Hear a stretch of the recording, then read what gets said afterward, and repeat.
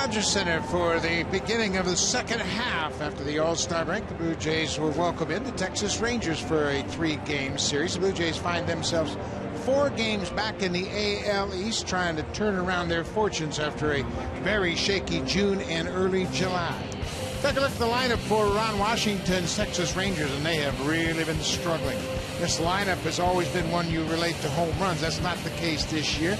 Alex Rios against tonight's starter R.A. Dickey is 5 for 18. He's got a triple, 2 home runs, and 5 RBIs. And the red-hot Adrian Beltre. The Rangers are 3-22, but Beltre has not let that affect his game. He's hit .429 over his last 21 games. He is truly an all-star caliber player. He's batting in the cleanup spot tonight against R.A. Dickey. R.A. Dickey, 20 starts this season. The Blue Jays are 9-11 in those 20 starts this season. For the year, his ERA at .382. He is starting consecutive games for this club for the first time since A.J. Burnett did it back in 2008. The last game before the All-Star break and the first game right after it. .239 batting average against for R.A. Dickey. That's 11th best in the American League. He has pitched well lately, but his record just doesn't show it. 1-5 in his last 6. Blue Jays just have not been able to score runs for him. R.A. Dickey has pitched well, and let's take a look at the defense behind him. It's Cabrera, Rasmussen, Bautista. Jose making his second start back in right field. Francisco and Reyes on the left side of the infield. Kawasaki and Johnson on the right side. And Josh Tolley is the caddy for R.A. Dickey, the knuckleballer.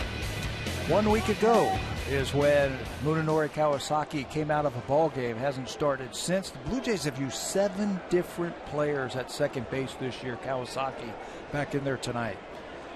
Leadoff man for the Rangers is Sin-Shu Chu, and here's the first pitch of the ball game from Dickey. It's in there for a strike, and we are underway.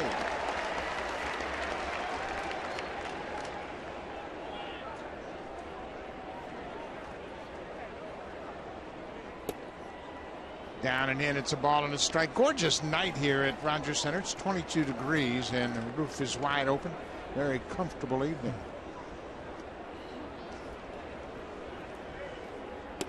Another knuckler. That one moves inside off the plate.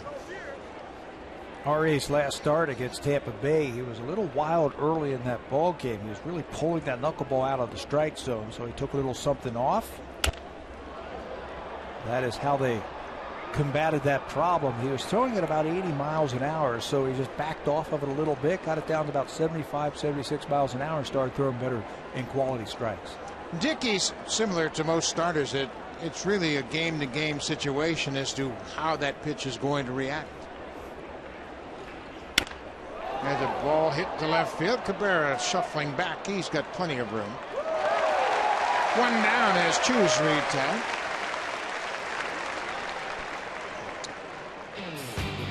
Well, the whip by month for R.A. Dickey is just getting better and better. April, May, 1.3, 1.2. June, it's all the way up to 1.4.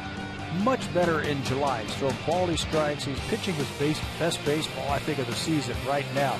A good whip is 1-1, 1-2. That is an acceptable one at the major league level. He was over that twice in April and June. Much better this month. We mentioned R.A. is 1-5 in his last 6 decisions. Here's the shortstop, Elvis Andrus. He takes a strike. Dickey has really not been supported at all with the runs. He is 8th in the American League with a run support average of 3.89. Drew Hutchison is 7th. So they haven't gotten their fair share of run support. Strike 2. 64 miles an hour. That one really messed up the timing of that batter, Andrews. He's only given up 15 runs in those last 6 starts. And he's only been able to win 1 of them. Another good knuckler, and Andrews strikes out on 3 pitches. He's now 0 for 7 against Dickey. Talking to Josh Tolley before the ball game, he said that his knuckleball, he has never seen it better lately. And that was including his Cy Young year in New York. That time right there, you can see all the movement he got right when that ball hit home plate. Former Blue Jay Alex Rios is in the 3 spot tonight. Rios has always been greeted with boos here at Rogers Center. First return as a White Sox, and now he is with the Rangers. There's a high fly ball deep to center field, but Rasmus has got room right at the edge of the warning shot. R.A. Dickey off to a good start. Took him just 10 pitches to retire the Rangers in order.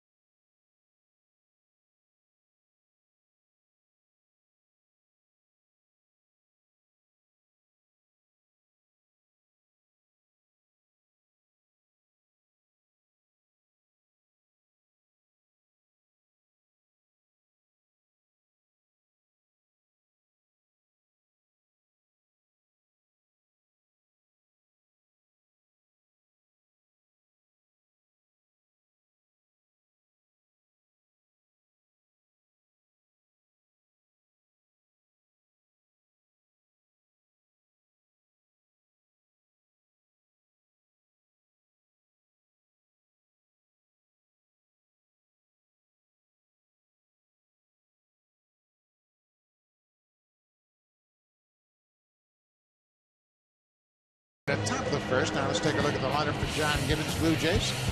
Jose Reyes top of the order, has been swinging a hot bat of late. 9-game hit streak. He's at 375 over that stretch with a double home run and 5 RBIs. And then down in the 6th spot, Colby Rasmus has done well against Yu Darvish in the past. He is 5 for 12. He has a double, triple, and driven pair of runs against the Texas right-hander. This could be a good matchup for Colby Rasmus, who needs to get the bat going a bit. This is 27-year-old Yu Darvish, 18th start of the season, and his first start since July the 9th. That's when he allowed 6 runs, 6 innings, and that loss to Houston. 8-5, 297 earned run average for Darvish. Pretty good numbers for him. He has won 20% of the wins that the Texas Rangers have had this year. 2-2 with a 2.63 ERA. That's 6 career starts versus the Blue Jays. He's been tough against them, but they've been able to figure him out late and beat him last time in May. They beat him 2-0 last time they saw him in Arlington. Let's take a look at the outfield defense. Jake Smolinski in left, Leonis Martin in center, and Alex Rios, the former Jay, in right.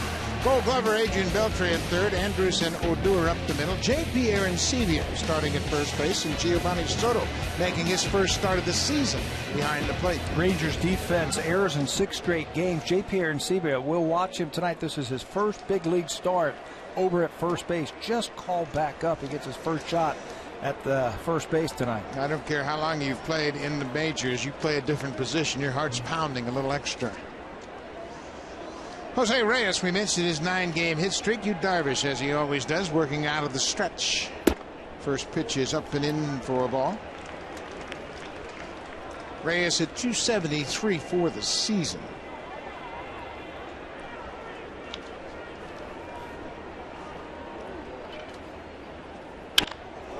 There's a drive hit to right, but that's going to hang up. Rios coming over, and he cuts in front of Martin.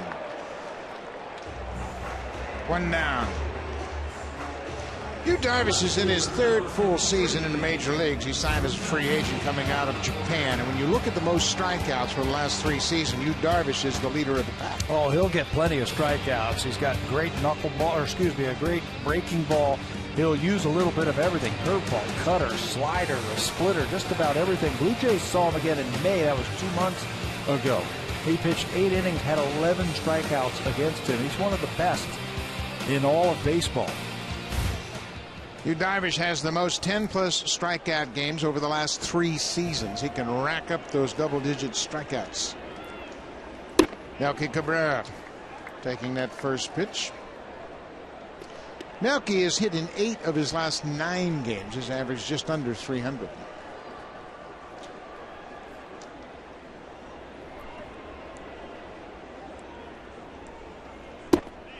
Good breaking ball from Darvish. I think the biggest thing that the Blue Jays are going to have to do tonight against Darvish is lay off of that slider. He's got one of the highest chase percentage on sliders in baseball, meaning pitches off of the plate, out of the strike zone. He gets a lot of people to swing and miss at him.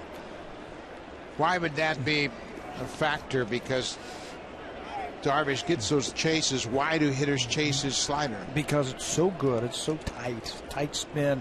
It looks like a fastball coming to the plate, and all of a sudden it just dives out of there. He's got a great breaking ball, and he uses it a lot.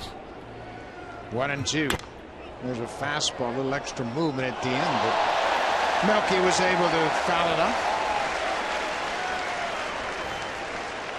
You always get a sense for the fans that the second half is like a new beginning. Everybody kind of picks up the pace. Actually, we are well beyond the numerical halfway point of the season.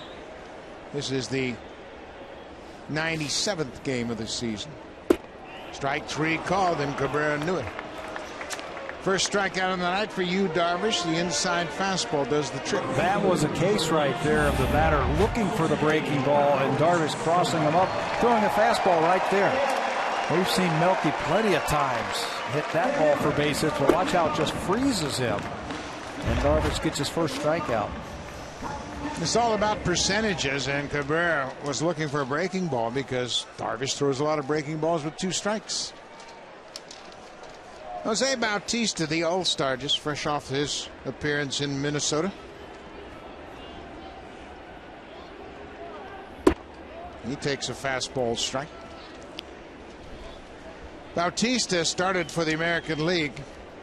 Hitting the 5th spot, he went 0 for 2 in the ball game.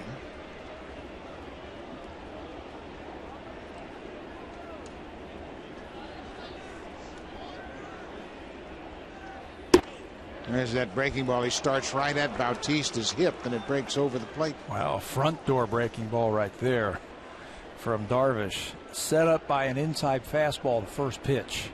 You saw Bautista backing out of the way right there.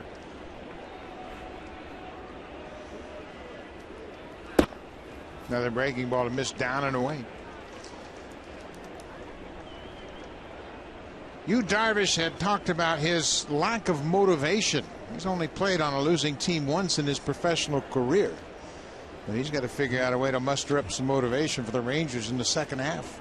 They're going to need him to try and set the tone, I think. The season out of hand. They're not going to win anything. So maybe set a precedent with some of the young pitchers that they have. There's always something to be accomplished. I don't care how disappointing your season is. And Ron Washington's trying to convince his players they've got to commit to the second half of the season. Play better defensively, have better at bats, and get more from their pitchers. I've got some motivation for you. How about the 1st and 15th? That's a pretty good motivation, isn't it? Bautista swings at the fastball. A couple of strikeouts for you, Darvish. Both pitchers off to a good start here tonight. It's scoreless after an inning at Rogers Center.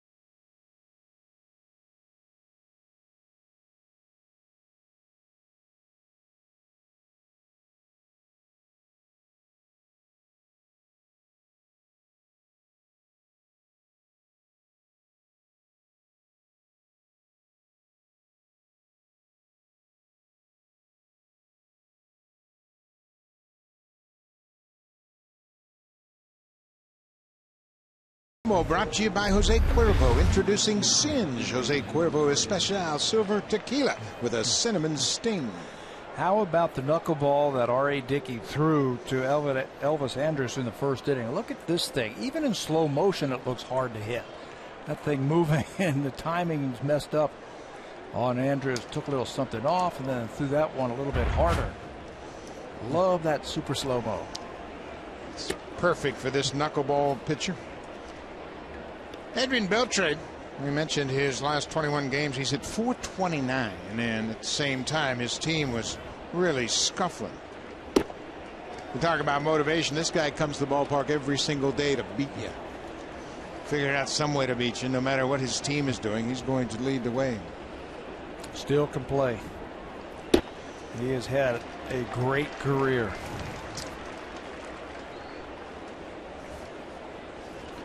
Turned 36 years old in April, and there are the numbers over that stretch of 21 games.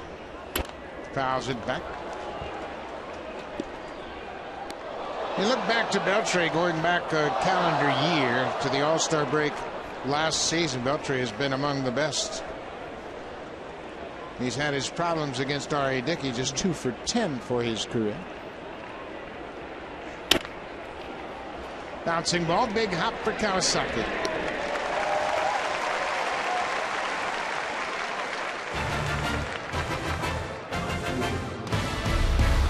Jays on Sportsnet. Brought to you by the 2014 Honda Civic, Canada's best-selling car 16 years in a row, and the official vehicle of the Toronto Blue Jays. And by Home Hardware, homeowners helping homeowners with expert advice. Jake Smolinski, the left fielder, will step in. Smolinski's played 7 games. He's got 10 hits already. Can't hit that one. That was a nasty knuckler. Who is this guy? That's what they're saying in Texas. Just came up on the 7th, and look at that average. He's had some multi-hit games to his credit already in his big league career. Just the second Ranger to have 4 multi-hit games in his first 7 big league games. Only other Ranger to do that was Rusty Greer, who was a terrific player for the Rangers. And he had 11 hits, I believe, in his first time in the big leagues. It's 3-0, and it looks like 2 of those pitches were strikes, but Smolinski now has the count in his favor, 3-0. There's a fastball strike. Well, the Rangers really had to dip down into their minor leagues. They have been decimated with injuries. They have placed 19 different players on a DL this year. Another fastball. It's 3-2. 19 different players on the disabled list. If you think about that, there's only 40 on the 40-man roster. So half of their 40-man has been placed on the DL. And you only have a 25-man roster. That's right. I mean, they're playing guys that they weren't even in spring training with the big league team. When you look at the disabled list, the Rangers have put 19 players on the DL. Blue Jays are right behind him with 13, but that's 6 fewer. Angels, Rays, and Orioles will all place 12 players on the disabled list, and that might include multiple DL assignments with a particular player. Pulled foul, another full count pitch. 50 players that they have used already this year. Well, you can't really blame the Rangers for their record. They have the worst record in baseball, 38-57. Just haven't had their players healthy. A off-speed pitch, another foul. First time that a team has used 50 players before the All-Star break. The team record for most players used in a season for the Texas Rangers is 55, and they're going to blow by that, I think.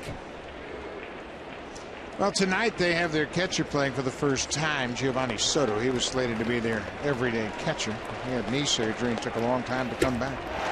Dickey gets the strikeout as Smolinski asked if he might have foul tipped it, but totally put the tag on. Second strikeout so far for Dickey.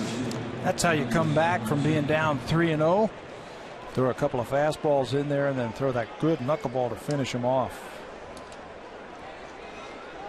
So Dickey has set down 5 straight to start the game. Center fielder Leonis Martin. That's a good sign. That's a good sign. Josh missed it? Yes, that's a really good sign. It tells you that that knuckleball is really moving when the catcher knows it's coming and he still can't catch it. Well, Dickey was originally drafted and signed with the Texas Rangers.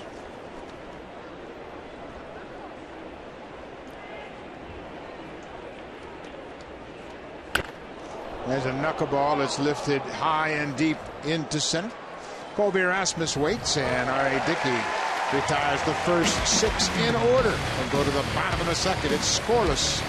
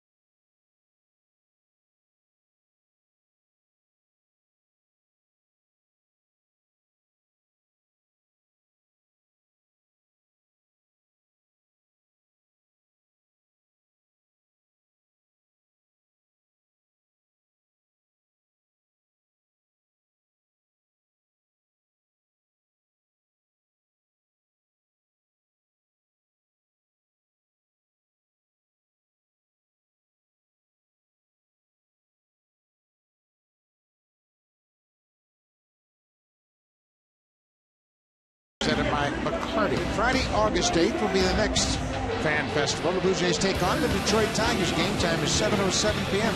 Come on down to Rogers Center early. Check out the pregame festivities happening outside of gate number 10. You can win great prizes, enjoy the live music, and there's a licensed area. Gates open at 4:30 p.m. So call the Blue Jays for tickets at 416-341-1234 or log online at BlueJays.com. It's all presented by Bacardi. Summer Friday Fan Festival next August 8th on a Friday night. Boy, it is a gorgeous night tonight. Good crowd on hand. First game of the artificial second half of the baseball season. Janner Navarro is the cleanup hitter tonight. Goes after the first pitch, may have broken his bat, and that's going to go right to Alex Rios. Darvish looks like he's using his fastball a lot. Looks like maybe the first time through the lineup he's going to establish that fastball. Leonard picked up on that, and he's waiting for that first fastball, and he's going to jump all over it. Just off the sweet spot.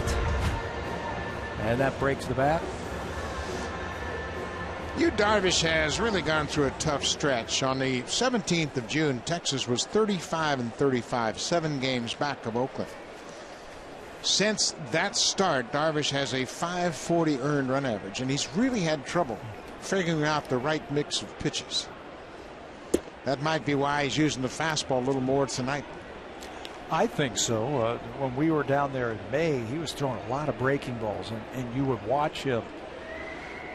I don't want to say he got slider happy or curveball happy, but there were a lot of off-speed pitches, and he's the kind of guy, I think, because he throws hard, you know, low 90s, that he needs to establish that fastball. It's going to make his breaking ball a lot better.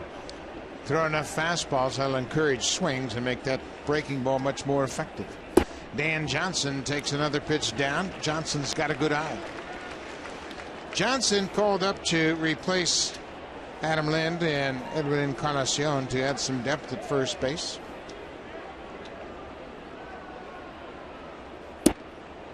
Takes another walk. That's 5 walks already for Dan Johnson since he's joined the ball club.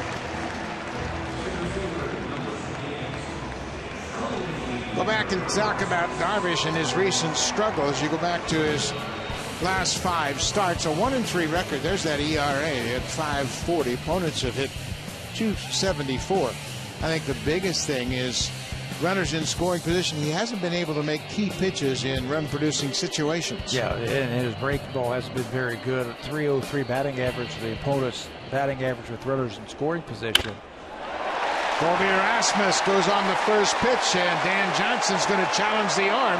Now he stops and will be able to get back to second base. Alex Rios has always possessed a strong arm. He made a good throw to third, and that stopped Johnson. But I like the idea that they were going to challenge him.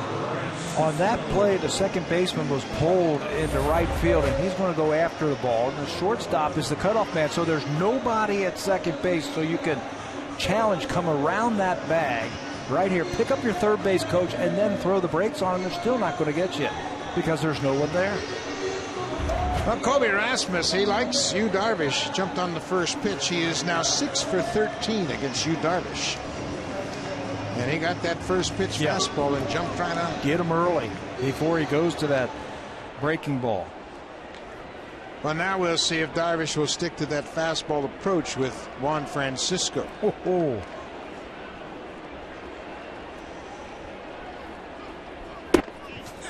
Nope.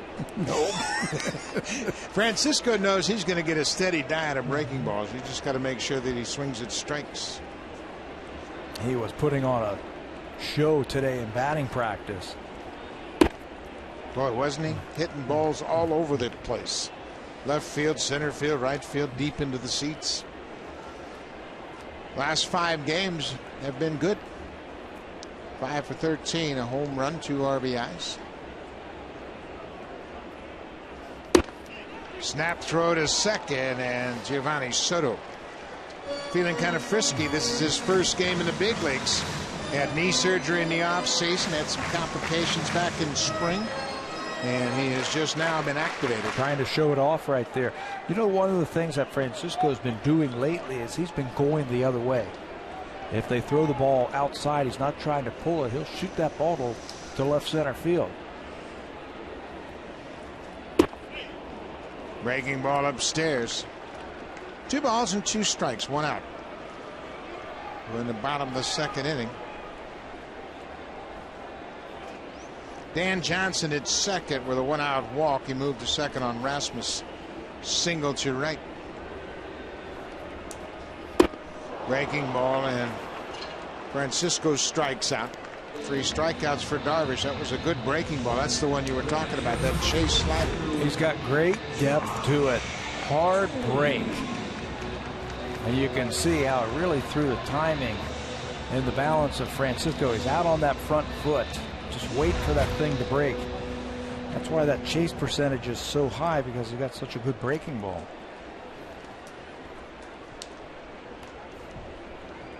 Darvish has 3 strikeouts now. Josh Thole, the catcher, batting with 2 outs.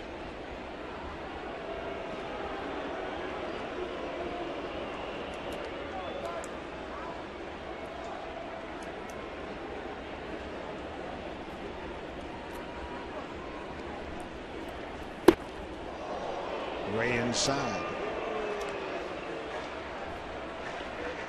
The Rangers play totally the opposite way in the outfield, especially. They don't expect him to pull. Yu Darvish, you can see all 3 outfielders really around toward left. But if Darvish leaves one of those breaking balls out over the plate, there's a ton of room down the right field line. Well, Rasmus is going to score from first base if he can do that. Josh says that he feels like he is better when he's going right back through the middle, and there's Andrews, the shortstop, standing right behind second base. Felt like he's been getting into a little bit of a problem. He's been rolling over a lot of balls and grounding out to the second baseman.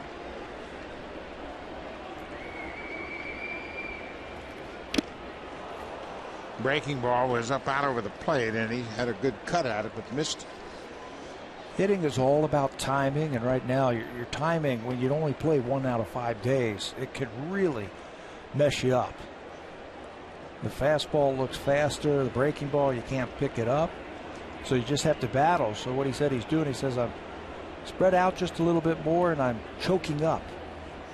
Darvish just called Soto out to the mound. He offered a pitch, and Darvish said, you know what, let's talk about this. So he called his catcher out to the mound. Of course, these two haven't worked together all year long, and Darvish was asked about throwing to his new catcher. He said, it'll take me just a few pitches down in the bullpen, and I'll be ready.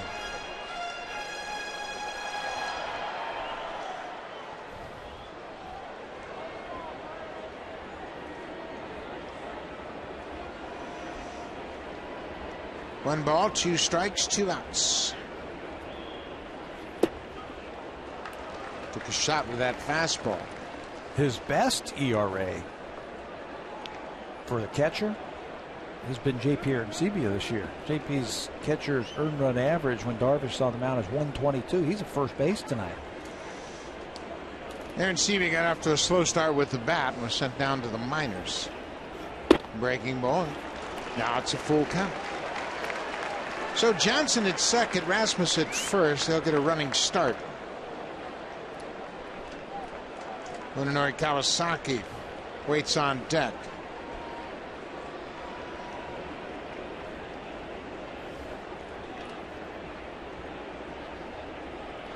There go the runners. Breaking ball called strike 3.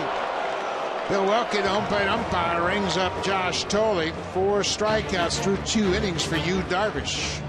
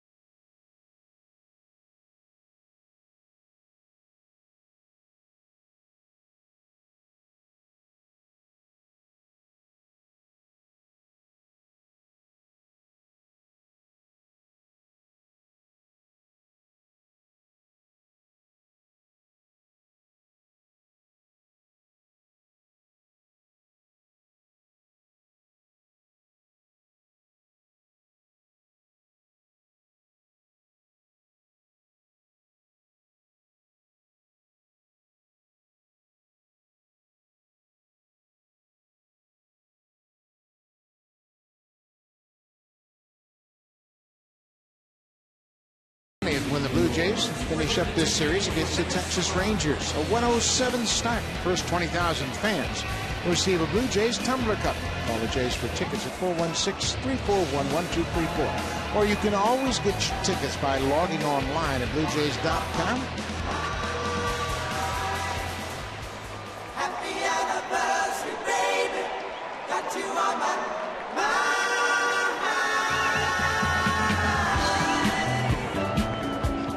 Leading off the 3rd inning for the Rangers, first baseman number 7, JP Arancibia.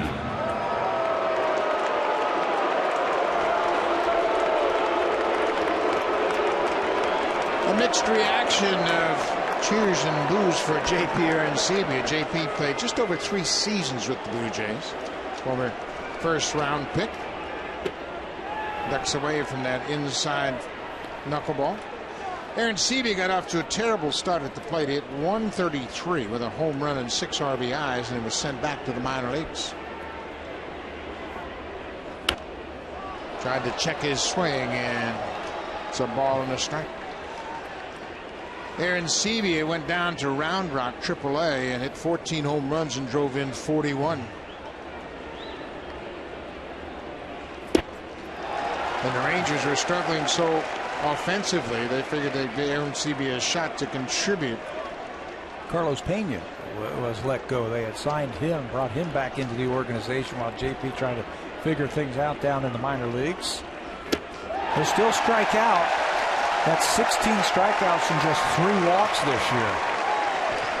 3rd strikeout of the night for R.A. Dickey.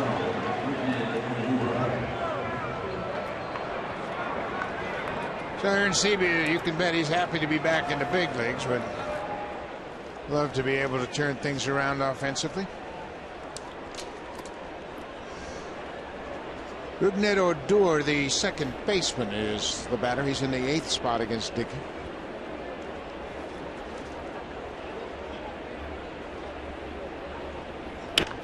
Goes after the first pitch and fouls it off. Odor was pressed into action early on when Jurickson Profar was knocked out for the season. He's really held his own. This is his 170th bat in the big leagues. He's hitting a respectable 260, 3 home runs. His father is the AA hitting coach for the Cleveland Indians, so he grew up around the game. He knows the game. He's a good-looking player. Blue Jays got their first look at him down in Arlington, and he had a nice series against them.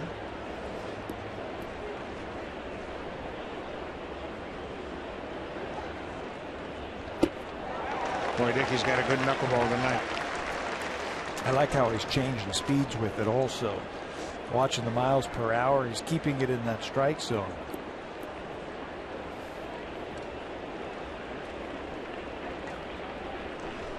Odor is 4 for his last 11. Gets a piece of that knuckler to stay alive.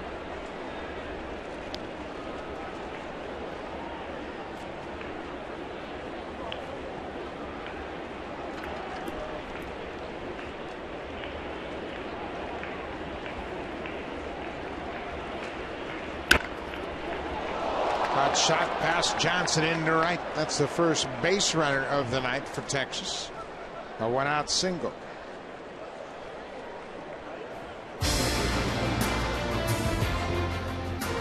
Save during the plumbing, cooling, and electrical expert sale. Only at Home Hardware and Building Center locations. Homeowners helping homeowners with expert advice. Beautiful evening in Toronto. First hit for the Rangers off the bat of Rougned Odor. Giovanni Soto getting his first at bat of the season. He was ticketed to be the everyday catcher and didn't respond from off-season knee surgery. Last year he played in 54 games for the Rangers, hit .245.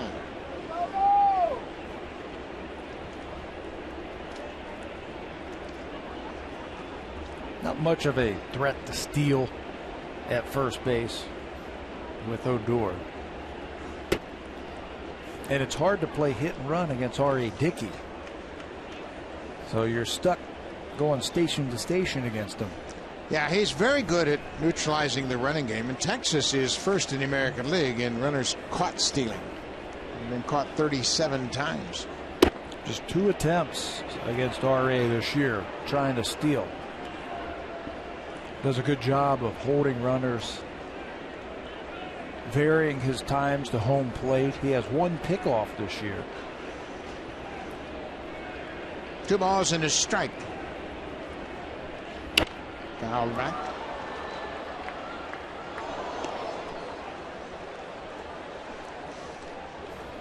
Dickey with an opportunity to set the tone for this homestand. It'll be a 7-game homestand. 3 against Texas, 4 against the division rival Boston Red Sox. Chance to do something here, make a move. It's going to be an interesting second half in the American League East Division. Baltimore opens up their second half out in Oakland, and they have a tough road trip. Oakland, Los Angeles, Seattle, and they're going to see some of the best pitching in all of baseball. There goes the runner. Ball is bounced towards second. Kawasaki waits on the bag and makes a terrific play. Kawasaki put his foot on the bag before he caught the ball. Got the call at second on the force out. Great body control. Kawasaki then finishes the double play. Ron Washington, the Ranger manager, has come out of the dugout. He's headed towards James Hoy at second. But for the time being, it's an inning-ending double play, and Washington now has just met with the umpire at second. And he's waiting on his signal from the dugout whether or not he's going to challenge this call. What a heads-up play by Kawasaki. Heads-up play. It is a double play that ends the inning. Munenori Kawasaki is hit in 5 straight games. He'll lead things off, then back to the top of the order. Reyes followed by Melky Cabrera. A scoreless game, bottom of the 3rd.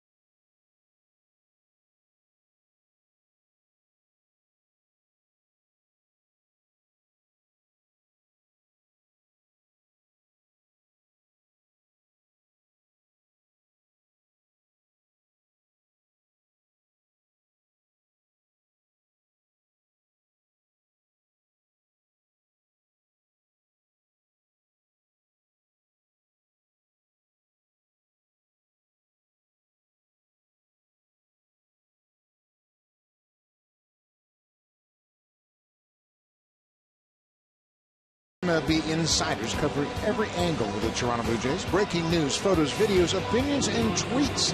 A one-stop shop for everything Blue Jays. The Blue Jays Rundown, only on sportsnet.ca. Ben Nicholson-Smith has talked about the tweaking of the bullpen, and that's Brad Mills, who has just been claimed off waivers from the Oakland Athletics, and he has taken up a spot in the bullpen.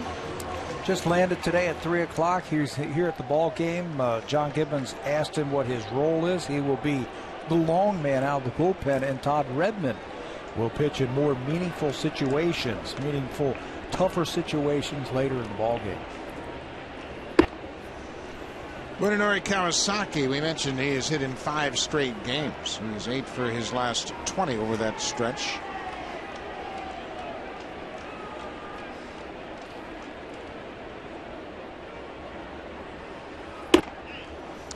He's just 1 for 8 against his countrymen, Yu Darvish.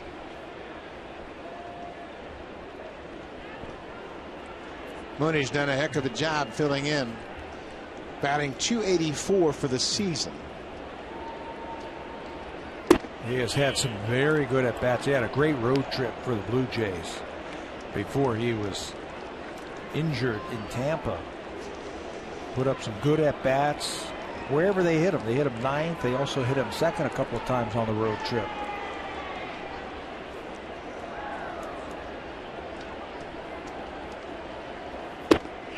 Outside, the appeal down to 3rd, and Chris Conroy says no swing. Darvish and Munenori Kawasaki faced each other a lot. They were both in the Japanese Pacific League. Mooney played for Fukuoka SoftBank Hawks, and Darvish played for the Nippon Ham Fighters out of Hokkaido.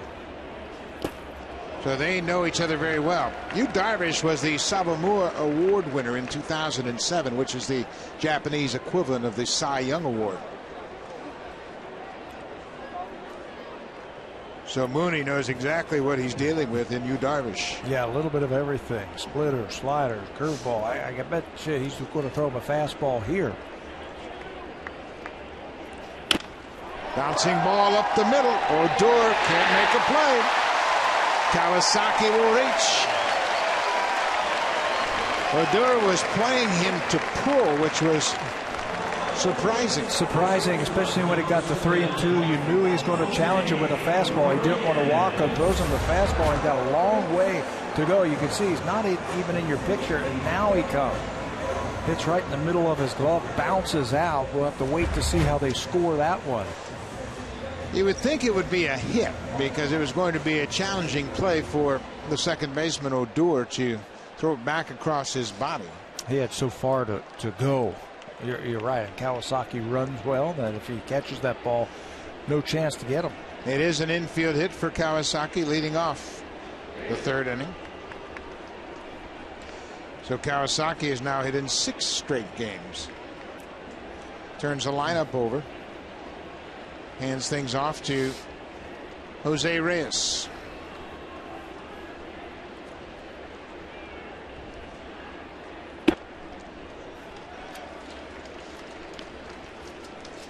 Reyes coming into this game riding a 9-game hit streak.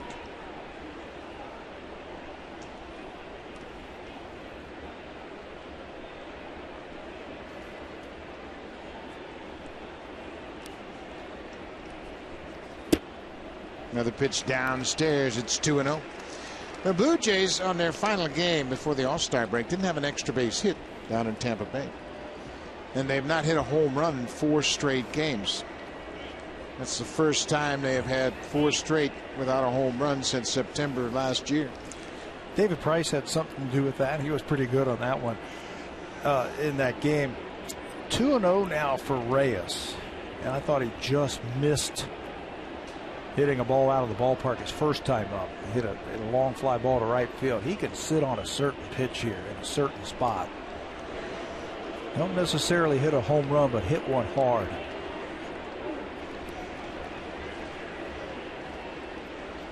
Darvish knows he's got to come to him also. 2-0. He doesn't want to walk him and fall behind 3-0.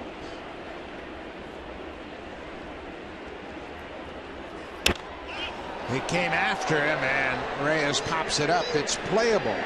Arancibia, the first baseman, stays with it, makes the catch. Reyes had a pretty good pitch to hit and popped it up.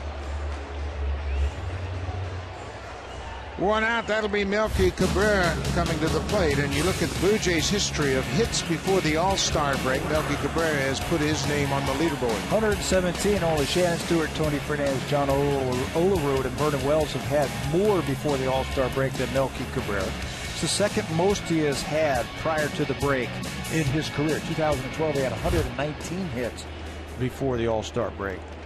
Swinging a hot bat right now. We had mentioned that he's hit in 8 of his last 9 games and 20 of his last 25 games. Everybody kind of expected it. He'd be a little bit higher on that hit list before the All-Star break, but he ran into some tough pitching. Yeah, you got that David Price game like we were talking about down in Tampa. You got Odorizzi also did not have a hit in that game.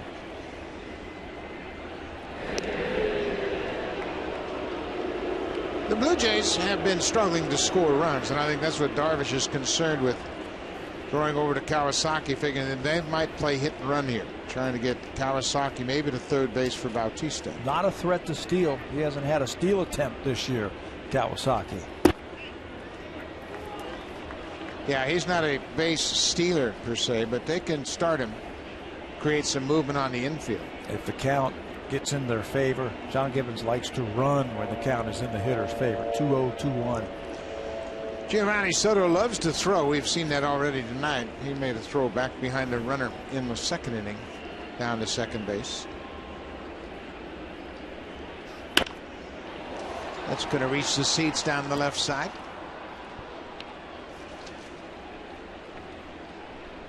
Blue Jays really need to pick up the pace offensively. I think that's been the biggest surprise of the season, how they have gone into that offensive funk that stretched over those 10 games on the last road trip. Granted, they've had 3 of their big bats out of their lineup in Encarnacion, Laurie, and Adam Lynn. John Gibbons was saying today it's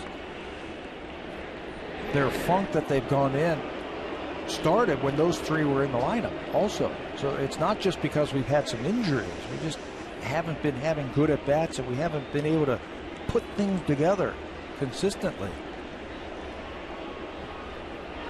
0-2. That's hit hard, but well fouled. It was Melky Cabrera who beat Yu Darvish in Texas back in May. They were locked up against Drew Hutchison. Hutch threw a 3-hit complete game shutout. The only run scoring on a double by Melky Cabrera. It was on that exact same pitch that he just fouled deep down the right field line. A breaking ball down and in. So they're going to go away. Took a shot with that fastball and missed. That was the first game of the 3-game series back in May. Friday night, Drew Hutchison threw a terrific game. Hutch allowed just 3 hits, including an infield hit in the 9th. His first career shutout.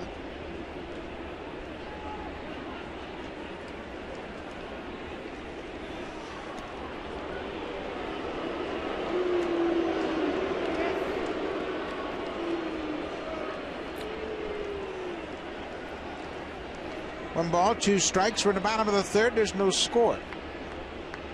Rangers have 1 hit. The Blue Jays have 2.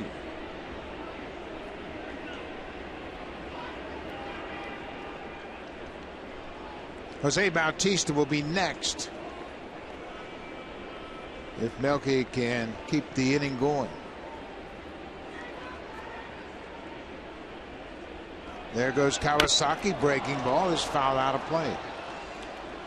Well, there was a lot of movement there. Andrews was covering second, and looked like Odor made a move towards second as well. And they picked a good pitch to run on, too. That was a slow breaking ball, and he got a good jump. Take a chance. You take a chance in a 1-2 count on a guy who will throw breaking ball and watch the middle of the lineup or the middle of the diamond. They both take off. But you take your chance with a pitcher who throws a lot of breaking balls like that, that maybe he throws one in the dirt, you start the runner, he's in scoring position. If you're going to steal, you're going to do it now with Cabrera at the plate. You're not going to do it when Bautista gets up there. Not running here, and there's a fly ball to center. Martin has an easy play of it. Cabrera's retired, 2 down. Kawasaki retreats to first. He had the leadoff single.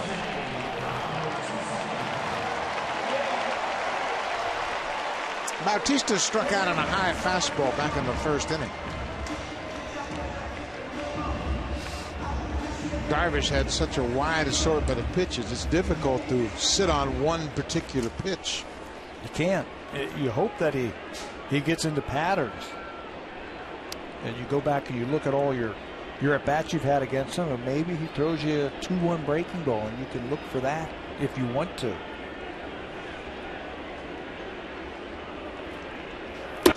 Well, he got a fastball right down Broadway, and that's the unpredictability of Yu Darvish. You just don't know what you're going to get. That's what makes him so effective. He's got all those pitches. Got to mix them up. Still have to execute.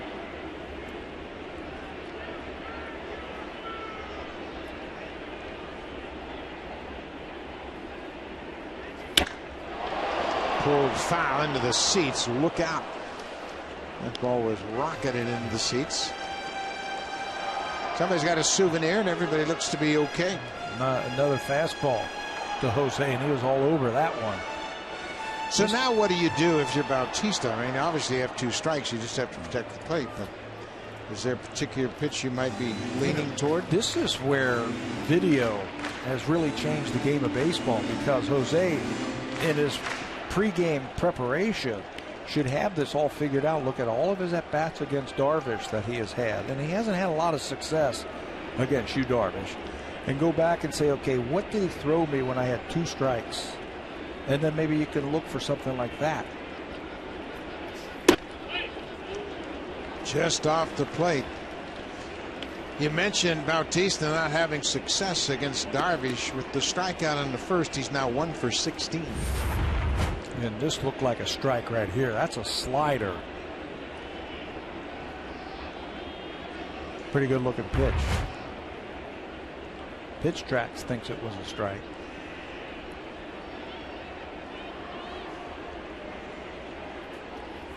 Way outside, and it's all the way back to the backstop.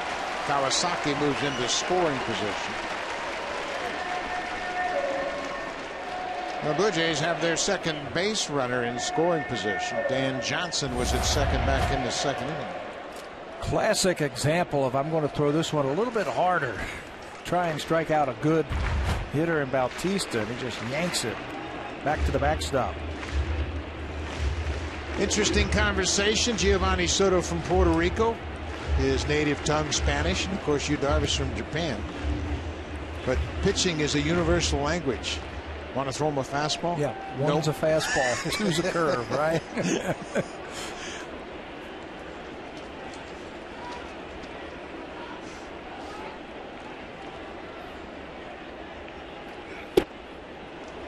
Hard breaking ball. Johnny Navarro is on deck. He's batting in the cleanup spot. You look at Bautista's numbers, and they are off slightly of late, and naturally he doesn't have that protection of Encarnacion hitting behind him or Laurie in the lineup. And now you've got a base open again for him. I don't think they're going to challenge him. Wow, he did. Boy, he threw him a fastball, and Bautista thought it was down and away. Another strikeout for Darvish. He's got 5 through 3 innings.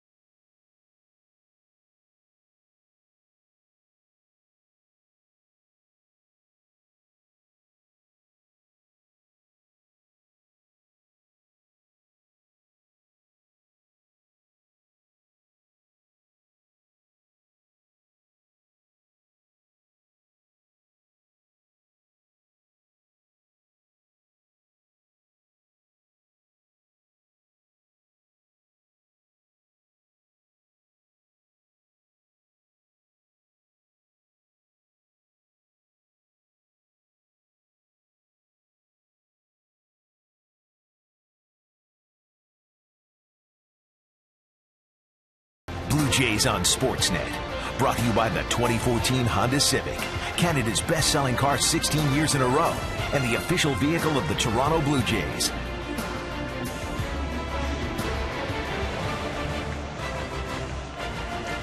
Jose Bautista called out on a fastball. Bill Rocky, the home plate umpire, called him out. Pitch was down and away, and Bautista thought it was off the plate. He has struck out twice tonight, once swinging at a fastball, second taking.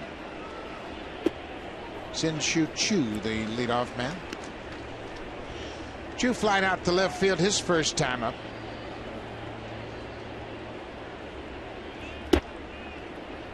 Strike 2. Chu has had success against Dickey. Coming into this game, he was 4 for 8 against R.A.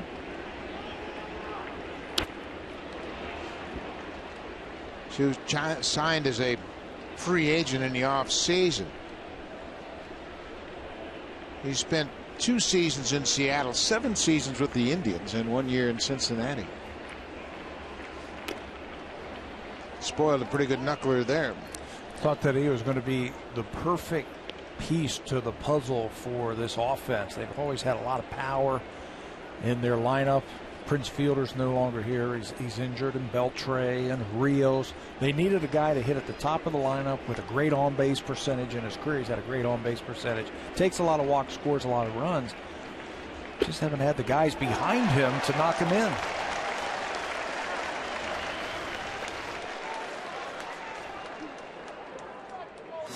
He broke rules, he broke barriers, he shook the world. Get On Up, the James Brown story. See Get On Up in theaters August 1st. Another strikeout for R.A. Dickey. He's got 4 so far tonight.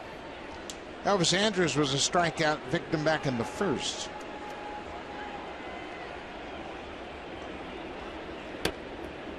We mentioned Dickey with his low run support average. He's 7th. He is actually 8th in the American League in the lowest run support average at 3.89. Give you an idea how it stacks up. Jake Peavy of the Red Sox has been supported to the tune of 291. They haven't scored him any runs. Ubaldo Jimenez, Chris Young, David Price, Kevin Correa, Chris Archer. And then Drew Hutchison is 7th and Dickey is 8th. Never would have thought that with this team. Not the way that they were scoring runs earlier this season. That would be the least problems. Dickey has pitched well.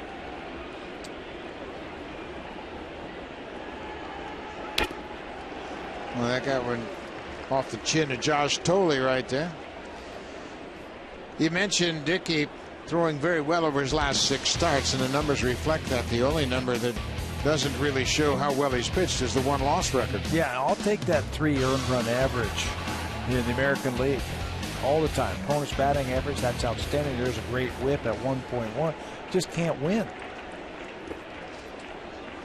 When you look around at the league and the pitchers that have been supported the most effectively, C.J. Wilson, Angels score 6.34 runs for him. Scott Kazmir of Oakland, he's over 6 runs a game, as is Wei-Yin Chen of the Orioles. There's a drive to left field. Melky Cabrera took kind of a funny route to it, but he got to it. That may have knuckled all the way out to left field, the way that Cabrera went after it. Hardest play for an outfielder is that line drive that's right over your head. You're not sure if you should come in or if you should go back. That's where you get some help from your outfielder standing next to you. This ball's a line drive to left field. Melky goes to the side and then realizes this ball is going to carry all the way to the warning track, so he tracks it down. Watch him take that little pivot and run right through it. 2 down for Alex Rios. Yeah, I think that ball was knuckling all the way out to Cabrera. He had a beat on it and just kept moving on it. Rios flat out to center his first time up.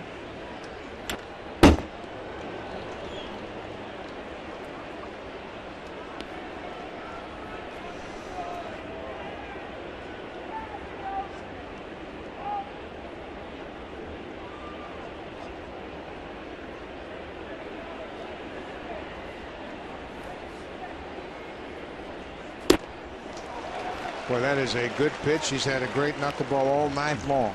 It's about 4 or 5 starts where his knuckleball's been great. That's the foul ball that Rios just swung, fouled back, ripped a sign. He's going to have to pay for that.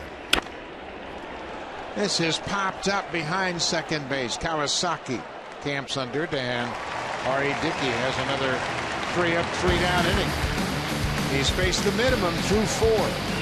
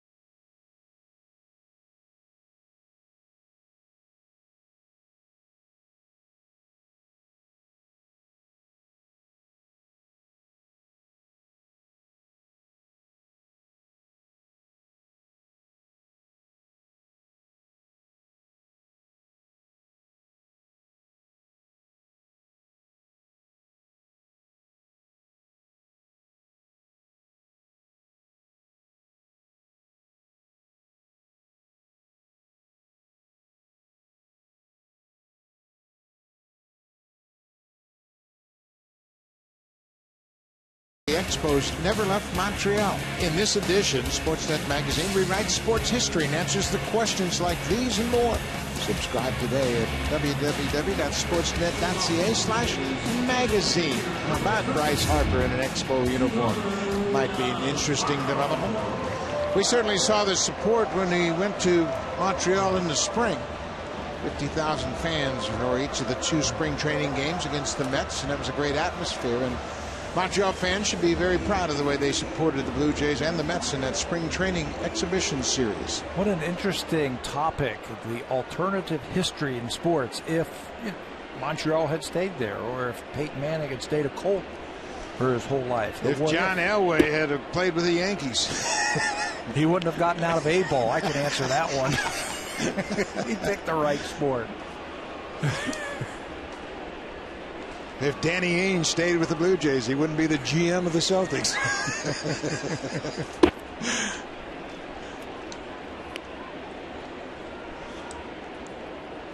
Gianna Navarro is the DH. Gianna hitting .259 for the season.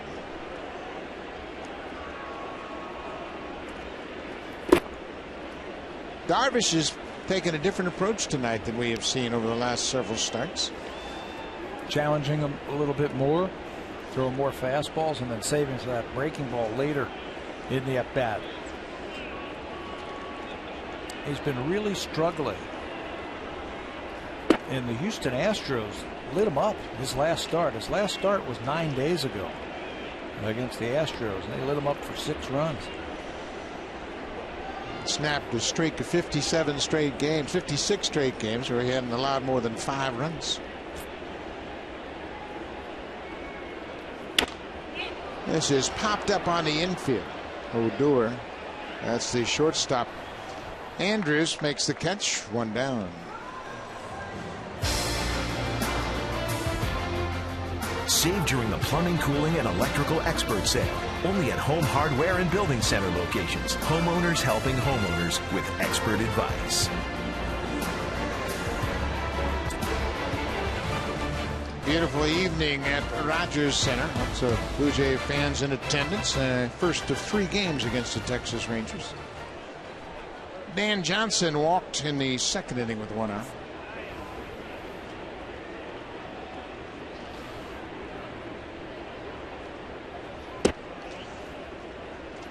Looks like a pretty good pitch there, and Bill Welke doesn't give Darvish the benefit of the call.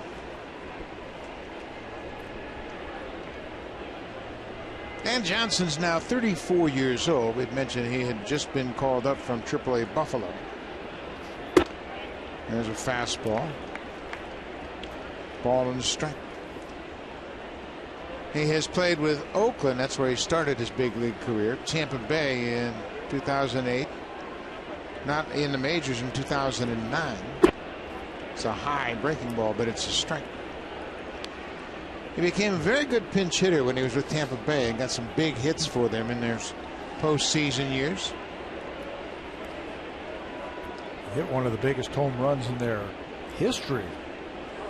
And when we were in Tampa Bay, that was the first time he had been back in that ballpark since hitting that home run to right field.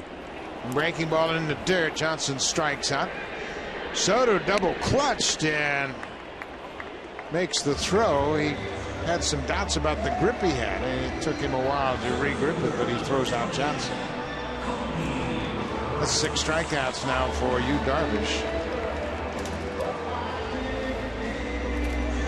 You see, Soto got a little smirk on his face. He almost threw that ball away.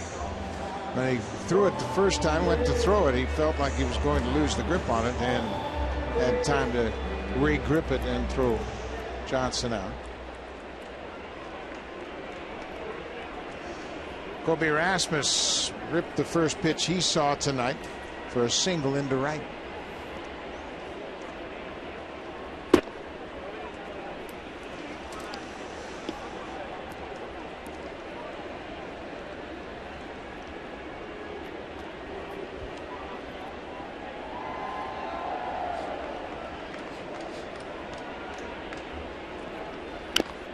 Breaking ball is fouled out.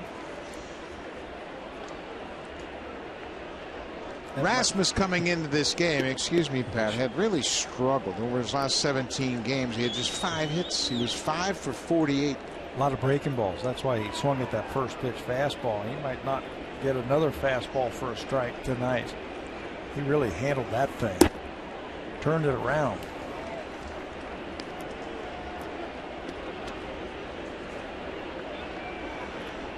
Yu Darvish has set a goal for the second half of his season to pitch deeper into the ball game and give his team a chance to win. He's done that so far. He has dominated the Blue Jays. Just 2 hits through 3 2/3. They've made him work. They've made him throw a lot of pitches through 4 innings. Strikeouts are nice. He's got 6 of them tonight. I also make that pitch count go up quicker. Another fastball. This one misses. It's a full count.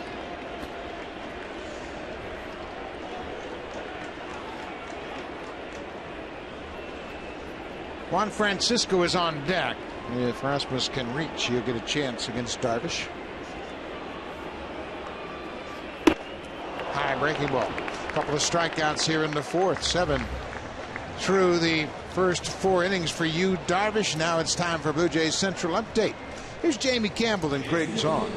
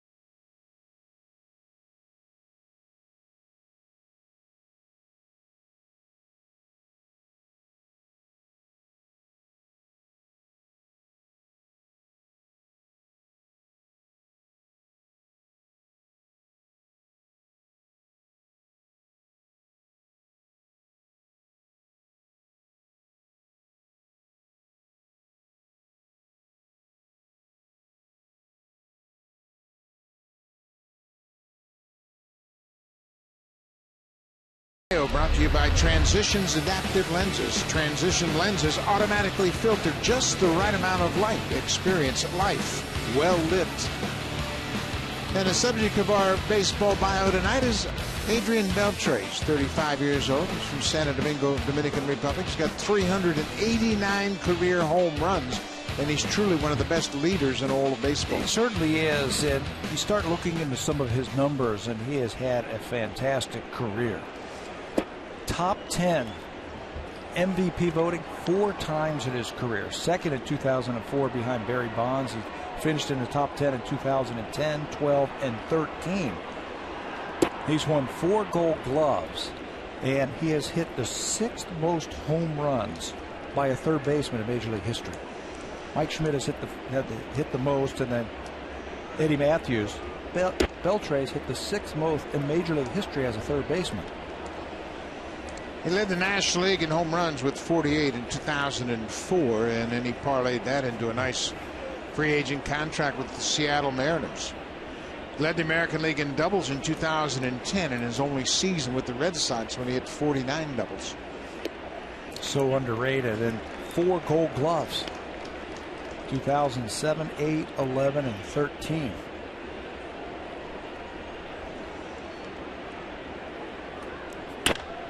High pitch drilled to left field. Cabrera looks up. This ball is gone. Adrian Beltre puts the Rangers out in front with his 14th home run of the season. And he continues to swing that red-hot bat. And that home run right there gives him 390 career home runs, tying him with Craig Nettles, third baseman. Wow, that was a linea, as they say, high pitch, and he's always been a very good high pitch hitter. He keeps that bat up there, finishes his swing, and on a line that ball is out of here for number 14.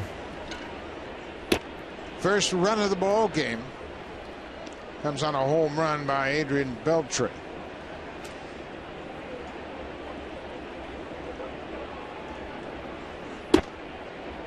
Jake Smolinski struck out his first time up. There's that high pitch, and he stays on top of that ball. Always a tough pitch to drive out of the ballpark. A lot of swings and misses, a lot of foul backs on pitches like that. But Beltre, I think he and Dustin Pedroia are probably the best high ball hitters we've seen in the American League. They have the ability to get on top of that pitch. And he stayed up there and went after it and just drove it out of the ballpark, hit it into the Blue Jays bullpen. It's the first home run that Dickey has given up in his last 4 starts. He had a real good run of keeping the ball in the yard.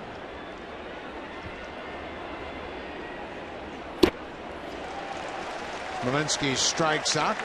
1 down. Let's check in with Jamie Campbell.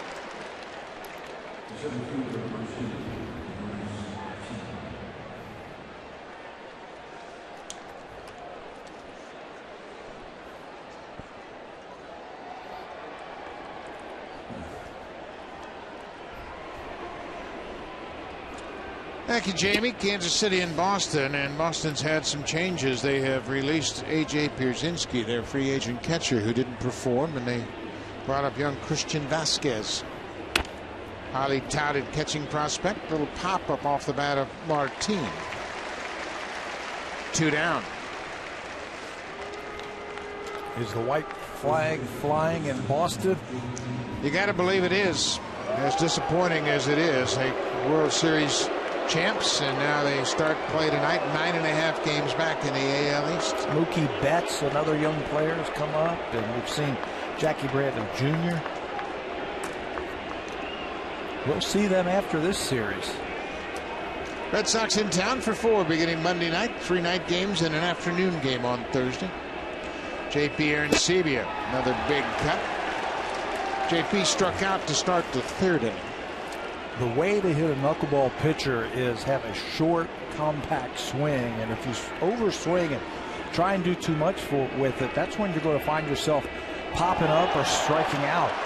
Boy, Dickey's going to be upset with that pitch. He hit Arencibia with 2 outs and puts him on base.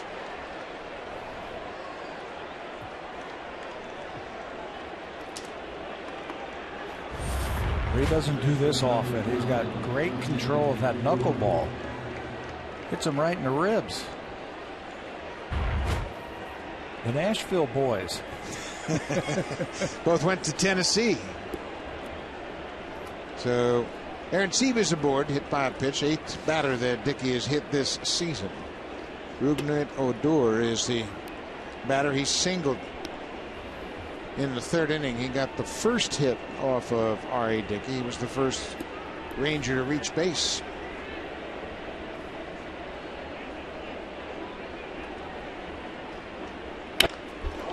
Drives this ball to right. Bautista got a shallow break, and that's all the way to the wall.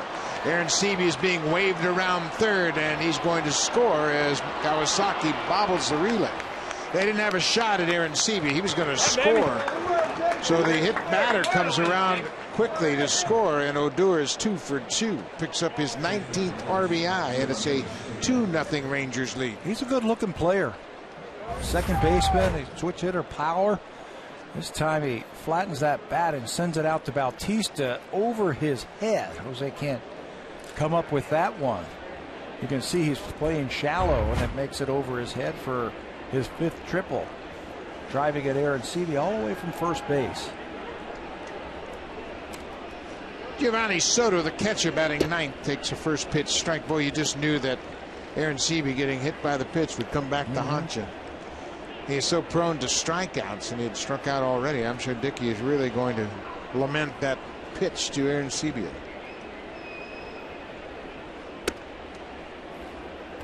Plus now you've got Odor down at 3rd base with the possibility of a wild pitch or a pass ball. It's a triple for Odor, his 4th of the season. This is popped up and playable. First baseman Dan Johnson into foul ground. The inning is over, but Texas breaks through. Adrian Beltre with a leadoff home run. Rougned Odor an RBI triple. 2-0 Texas.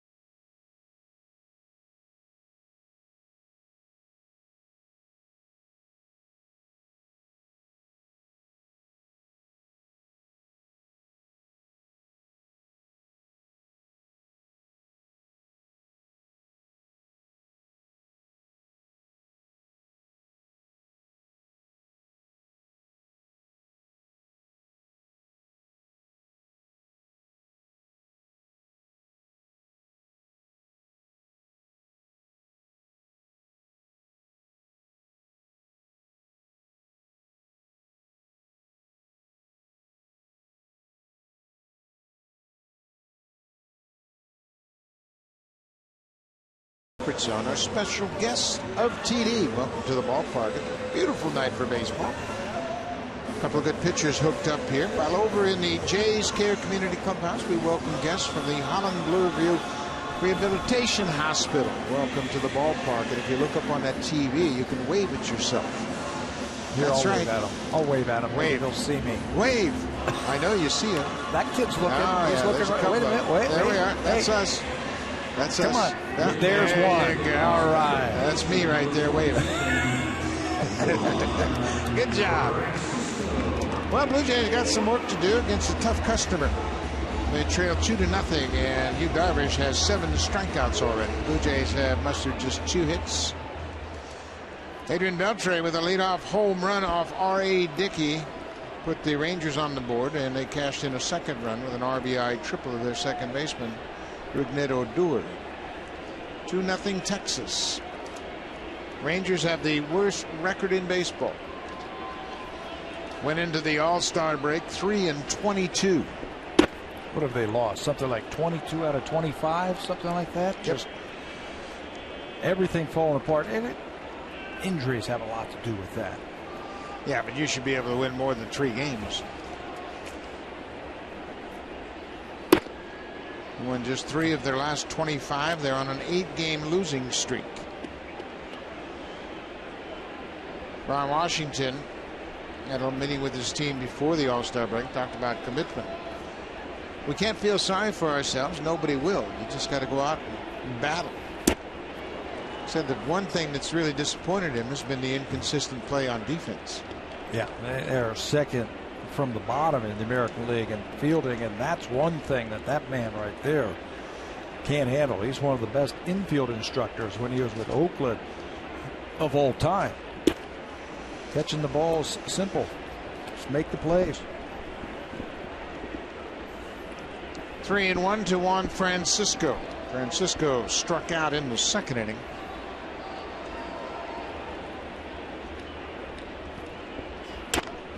He got a fastball, but it looked like it had a little cut on it.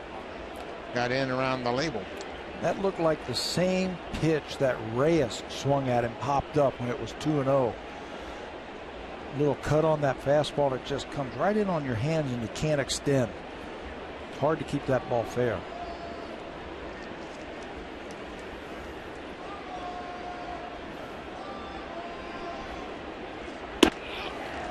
Ball 4. That's not what Darvish wanted. His club just put him out in front 2-0. He walks the leadoff man. The Blue Jays before the All-Star break went 2-8 on the road trip that began in Oakland, went down to Anaheim, and finished up in Tampa Bay, and it was an ugly offensive trip for the Blue Jays. 194 with runners in scoring position, just 3 home runs they scored. They were scoring less than 3 runs a game. You're just not going to win too many games like that, but that has really been what has happened to offense. It's microcosm of the offense this whole season. Josh Thole drives the ball to left field. Hit it hard, but right at the left field. When you look at the Major League offense, and down everywhere across the board, and it's really amazing how consistent it has been. The fact that pitching has dominated and offense has really fallen off. Runs per game average first half 8.28, which would be the lowest total since 1992, the first year before the last expansion.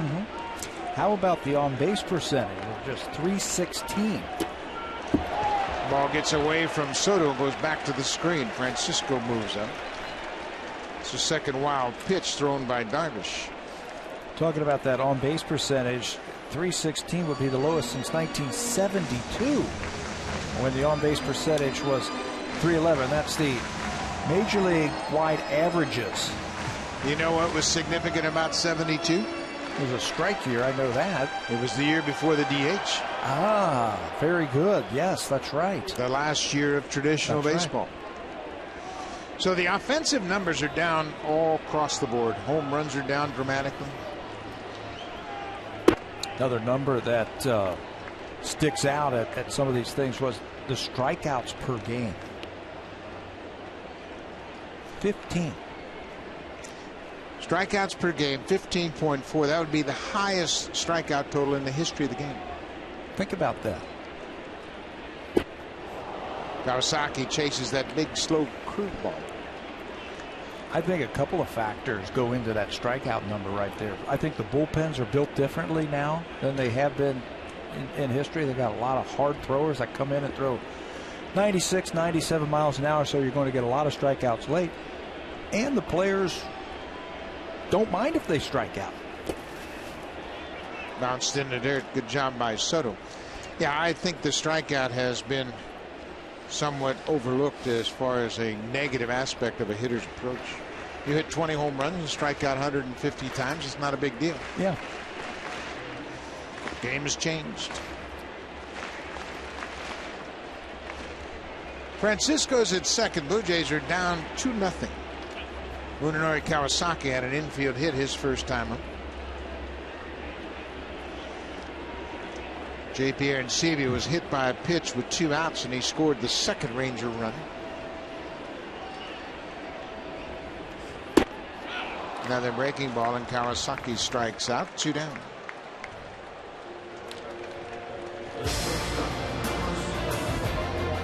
Save during the plumbing, cooling, and electrical expert sale.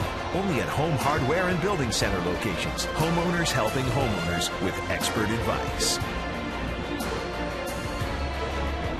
Nice crowd on hand at Rogers Center for the first of 3 against the Texas Rangers, and Ron Washington opened up with his ace, Yu Darvish, and he is pitching like an ace tonight.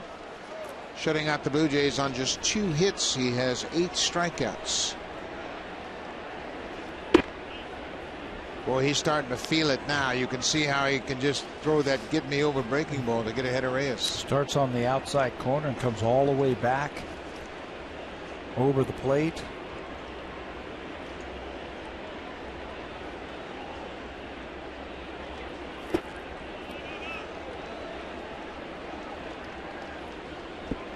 Darvish has done a good job working with Soto.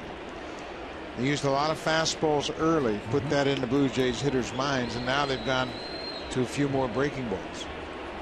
Early in the count or late in the count.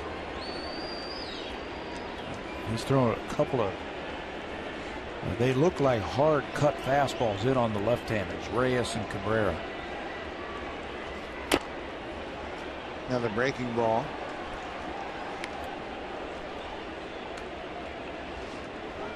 Blue Jays have gone 0 for 4 already tonight with runners in scoring position, and Darvish has Struck out all 4 of those hitters.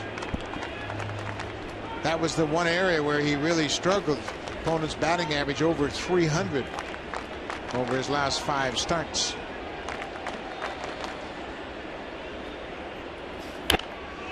Reyes battles to stay alive. Boy, he went down and got that low fastball. Like had a little tail to it. They gave him a little extra time, obviously with the All-Star break. And when he pitched last on July the 9th, so he's had 9 full days to recoup, and he looks sharp. I had a little tune-up in the All-Star game as he had an inning of work. He struck out Yasiel Puig of the Dodgers and then got Tulowitzki to line out, and Paul Goldschmidt also lined out. So just a little tune-up and a good atmosphere. That's a good way to describe it right there. A little tune-up. Throw 14 or 15 pitches. A little competition, get the blood flowing a little bit, get fired up.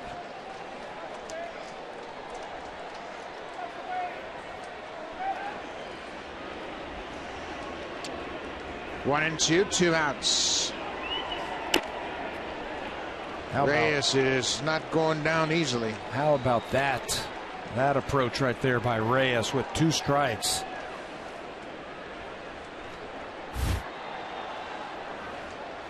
Team picture at the All-Star game. David Price and Yu Darvish.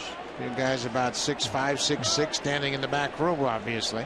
Yeah, and Price is saying, okay, now I just pitched against the Blue Jays. You're going to be opening up against the Blue Jays. Use your fastball early like Price did, and then try and finish him off with breaking ball. Reyes is not going quietly. His approach right now with 2 strikes is fantastic. He's fouled off the last 2 pitches where he's really shortened his swing up. You don't want to strike out here.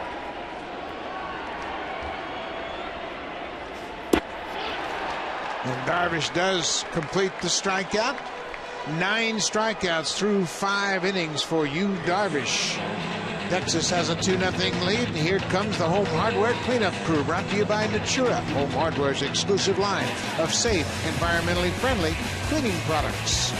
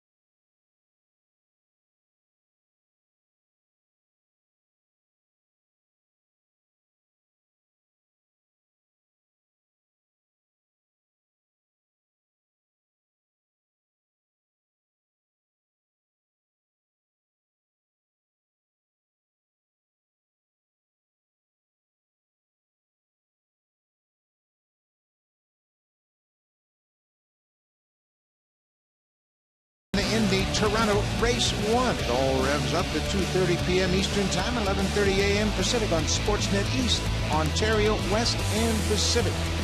And those are a bunch of the drivers up there testing their nerves before the big race tomorrow. Yeah. Maybe not.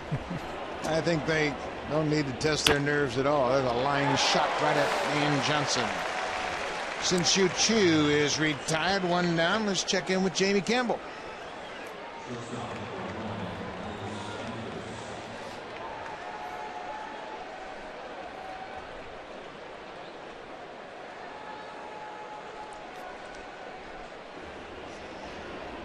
New York Yankees got some more bad news today. CC Sabathia will undergo microfracture surgery, and that's not an easy surgery to come back from. Derek Holland of the Texas Rangers had microfracture surgery, and he is much younger than CC Sabathia, and there's a possibility he's going to miss the whole season. Yeah, he might start throwing again, they're saying, in September. Grady Sizemore had microfracture surgery, hasn't been able to come back from that. So CC basically has missed pretty much all of this year. There's a really good chance that he'll miss all of next year, too. Yeah, it's a real tough blow for the Yankees, who lost Tanaka right before the All-Star break with a tear in his ulnar collateral ligament. Boy, the injuries are rampant. I wonder how much money there is on the disabled list in baseball this year. It's got to be astronomical. Oh, I'd like to have it in my bank account. Yeah, I'll tell you that. You got half of that much in your bank account, I know. Yeah, think of the great pitchers who are on the DL this year. Jose Fernandez and CC. Bouncing ball towards second. Kawasaki backs up and throws out Elvis Andrews, 2 down. Yeah, when you look around baseball, I mean, it's really sad that there have been so many injured players that have been out. You look at the Rangers, they got Harrison out for the full season. Prince Fielder's out for the remainder of the season. And you look at teams around baseball and their disabled list, you could make all-star teams. The Reds have lost their right side of their infield. Joey Votto, Brandon Phillips, DL.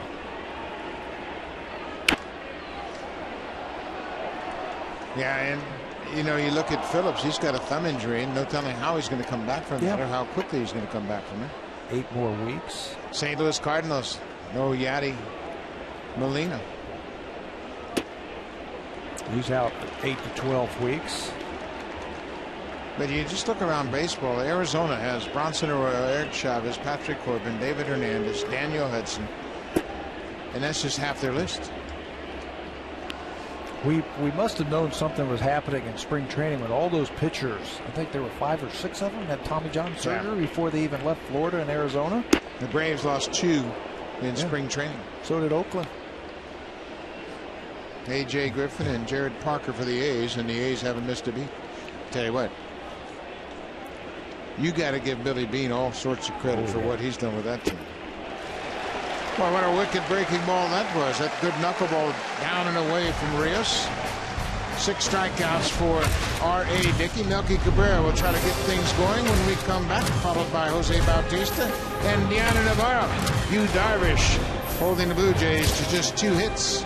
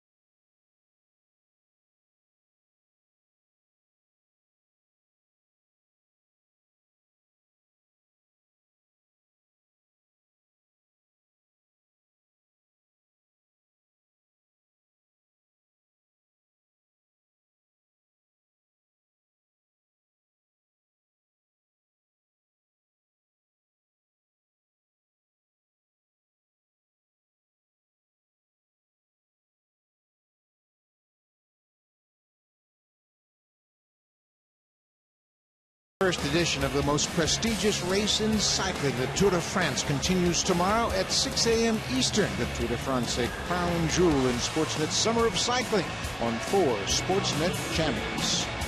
Tour de France is in Grenoble tomorrow in the mountains, and there'll be a lot of climbing and up and down, and they've had some challenging weather over there. A couple of legs they had shortened because they were racing in rain on cobblestone streets, and they had to take out some of those sections of the cobblestone race.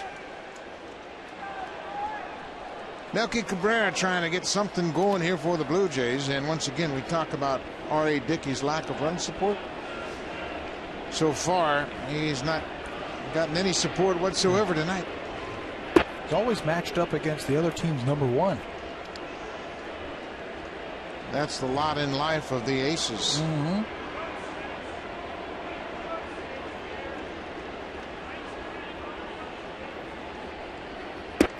You know, I find that interesting, and I was a big Giant fan when I grew up, and I always remember that Koufax would never pitch against Marichal.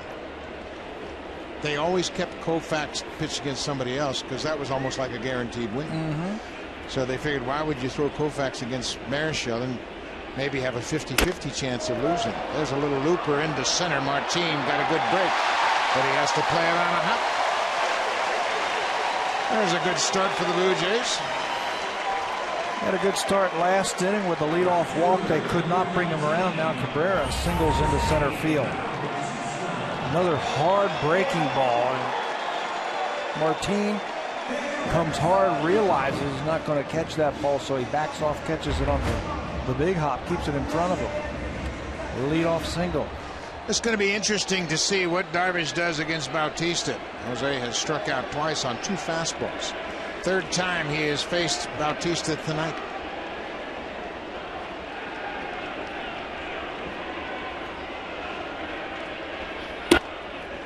Boy, he's using that fastball, and Jose thought that was up and away.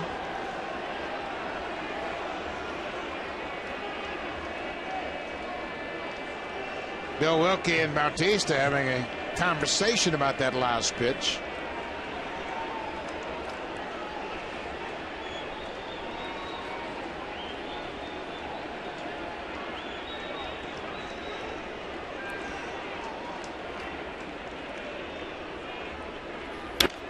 Boy, had a good cut. Yep. He was looking fastball and got it.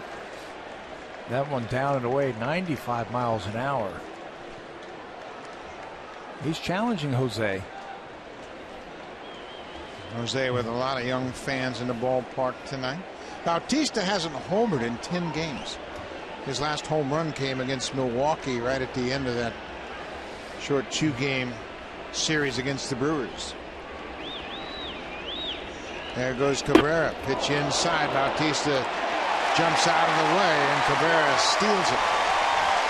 For Melky, that's his 5th stolen base of the season. Boy, he got a good jump off of Darvish. Darvish was paying so much attention to Bautista.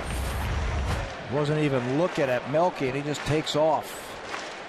Tough pitch to throw him out, and he steals it easily. 5 for 7 now in stolen bases for Melky. If you're Darvish, this is where you really got to grind at top of the order. Reyes, Cabrera, Bautista. And without Encarnacion and Laurie, you just don't have that same depth in the Blue Jays lineup. And Adam Lynn, a left-hander. High bouncing ball to third. Beltre had to play it around the lights, and Bautista's thrown out. You can see Beltre dealing with the lights above the Rangers dugout. He was fighting it. Also, those lights right there. He had to wait for him to get out of those lights.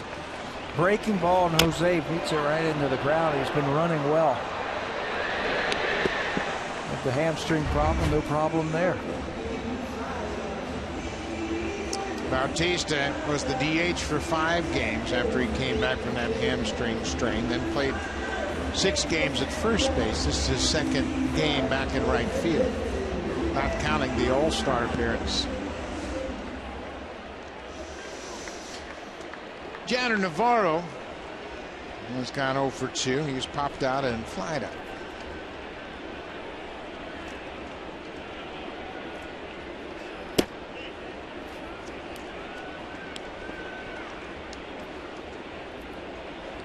Been a frustrating time for the Blue Jays.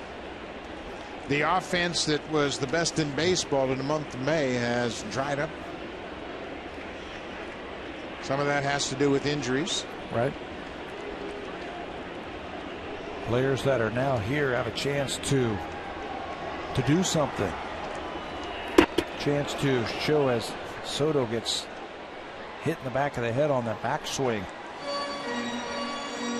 Saw Navarro quickly respond to feeling that bat hit the helmet of the catcher. Turned around to make sure he was okay. Breaking ball, he swings right over the top of it, and you can see the high finish by Navarro. Plunks him right on the top of the head. John Gibbons was talking before the game about opportunities for the players that have come in here for the Blue Jays. Over the next few weeks, we need to play better. This is their opportunity to do something. Show the organization they belong. Beautiful breaking ball from Darvish. Now it's 1-2. Well, you're right. It is, one man's disappointment, another man's opportunity. Guys like Mastriani and Gose, a chance to step up. Eric Kratz, opportunities to make contributions. Help the organization, help them win big ball games. He gave an update on Edwin Encarnacion. They're going to push him a little bit. He has that quad strain. He's going to get on a stationary bike soon and try and get that going. Still a couple of weeks away, I think, for Edwin. Same thing with Brett Lawrie. He's making progress, but I'm not real sure on the date that he's going to be able to get back.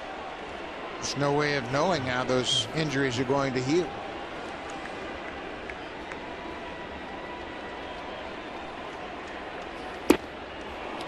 Navarro strikes out. That's 10 strikeouts for you, Darvish, and we had mentioned he's the strikeout leader since he's come to the big leagues, and he has another 10 strikeout game tonight. He's got so many weapons. This one goes down. Navarro comes up empty. So we've seen a curveball, slider, cutter, splitter, and a fastball. I mean, you just can't look for one pitch. He's got so many different ways to get you out. Mike Maddox, a pitching coach, has come out of the dugout. It's kind of an unusual time for a pitcher coach to go to the mound. But they have done a great job of mixing up their approach to the hitters. They've basically broken it down into first time through the lineup they used one approach. Second time they changed up a little bit. Now they've added, looked like that splitter maybe even the last time. Nice to have that luxury of so many weapons. Yeah, he certainly has that. Mike Maddox obviously had a certain message he wanted to deliver it to Yu Darvish. Dan Johnson is the batter.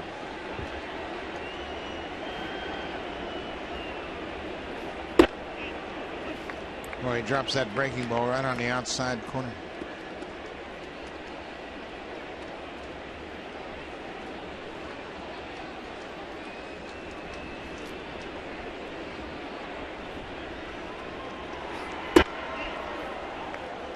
He's in a groove now, isn't he? Johnson played in 94 games in Buffalo at a .248 average, 17 home runs and 54 RBIs.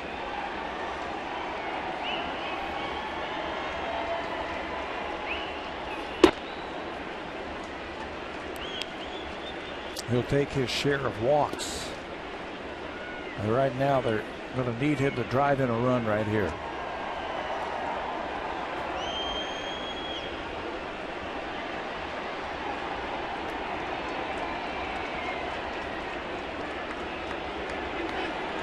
Darvish and Soto taking a little extra time to agree on the pitch.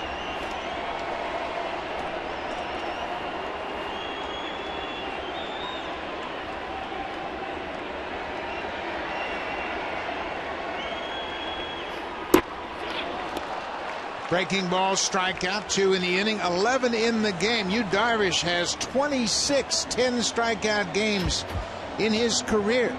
In 79 career starts, he's a strikeout machine.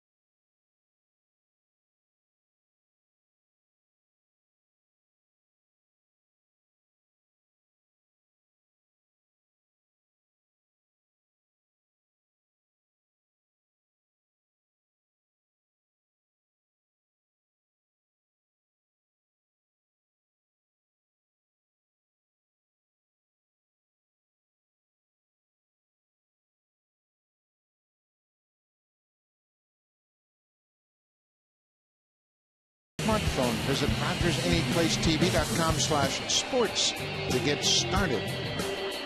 And if you have your Anyplace TV on now, you could see Adrian Beltre step to the plate. Beltre back in the 5th inning, put the Rangers on the board.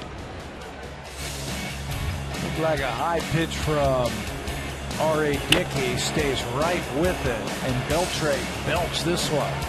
Home run number 14 for Beltre. And he lines out on the first pitch from R.A. Dickey, 1 down here in the 7th.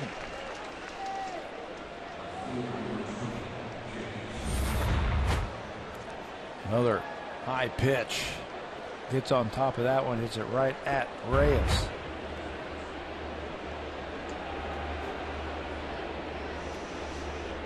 Beltre hit it hard. Jake Smolinski, the left fielder, has struck out twice tonight. He just asked for time as something has been thrown on the field.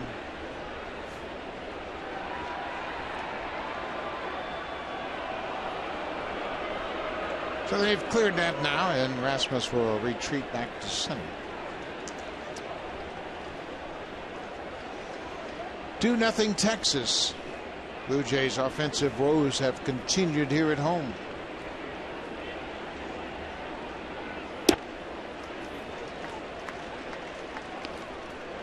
R.A. Dickey once again has been terrific, allowing just 3 hits.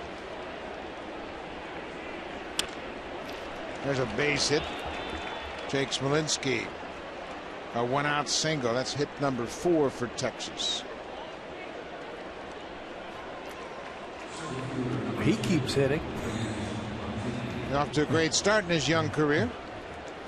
Talk about opportunities. There's a guy that's taken advantage of his opportunity. Yeah, other organizations can do that. They can bring their players up here. They're giving them a shot. Show the organization, show the manager what you have, and they'll keep playing you.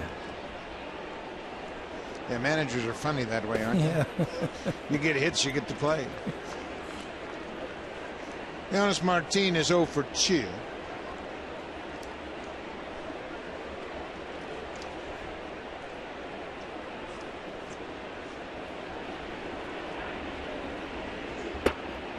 That's a pretty good pitch, and Dickey didn't get the call. 1-1.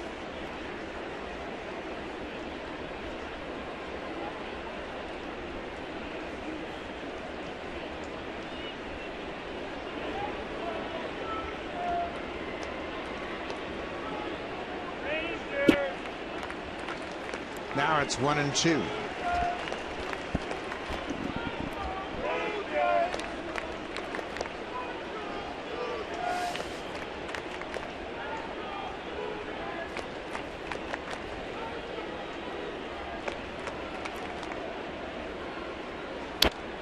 Good rip by Martin, fouled back. Blue Jays have the bullpen up and working. That's Aaron Luke, the left-hander. Really, R.A. Dickey hasn't given up anything. It's just a matter of, I would think Dickey would want to stay out there in this 2-0 game. In a cool night. Perfect. It's not going to wear you down. He's got a great knuckleball. There's another base hit. Bautista gets it back quickly into the infield. Back-to-back 1-out hits here in the 7th.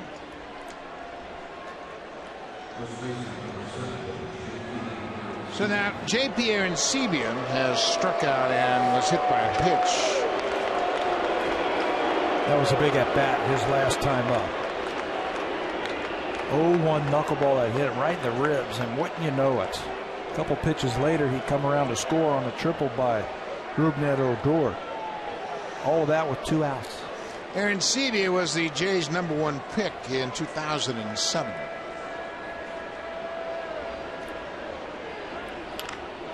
There's a drive to left, and this is going to go out of the yard. Arancibia, a 3-run home run. His 2nd home run of the season.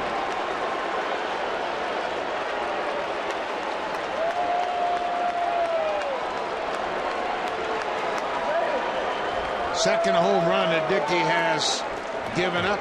Now it's 5-0 Texas. Just gets called up. Just gets called up and in the lineup now as a first baseman. He doesn't wait around. Knuckleball down and in, right into that home run swing. 3 more runs on the board for Arancibia. You're Irish appreciative of that home run. Odor is already 2 for 2 tonight against Dickey. Arancibia hit 64 home runs as a member of the Blue Jays. And that's his first home run back here at Rogers Center in the visiting uniform.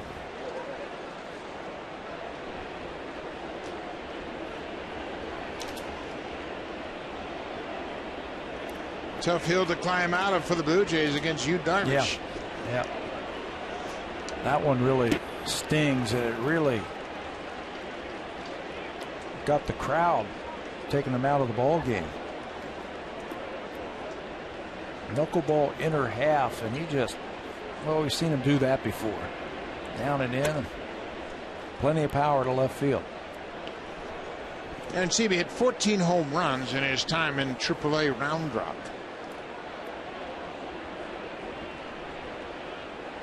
That has taken the life out of this crowd, that's for sure. Yeah, it really popped the enthusiasm of the crowd. It's a good crowd too.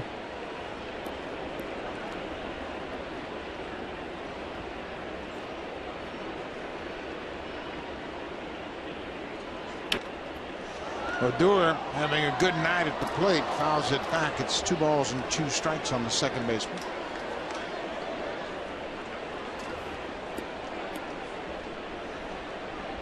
Odor is just 20 years old.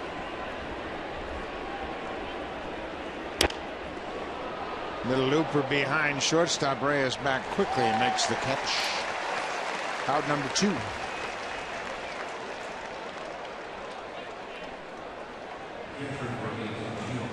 Giovanni Soto, the catcher, batting in the 9th spot.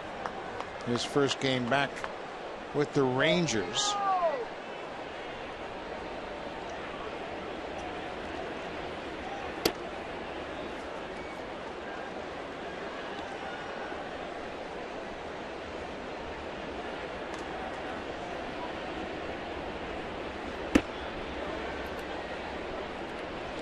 One and one. Couple of home runs tonight given up by R.A. Dickey. There's that slow knuckleball that's become so effective. Number 14 for Beltre. Number 2 for Arancibia.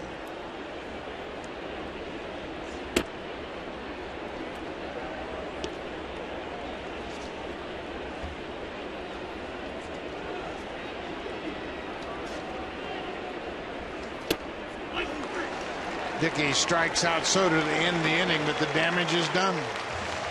Back-to-back singles set up J.P. Arancibia, who is just back from the minor leagues. A 3-run home run gives the Rangers a 5-0 lead.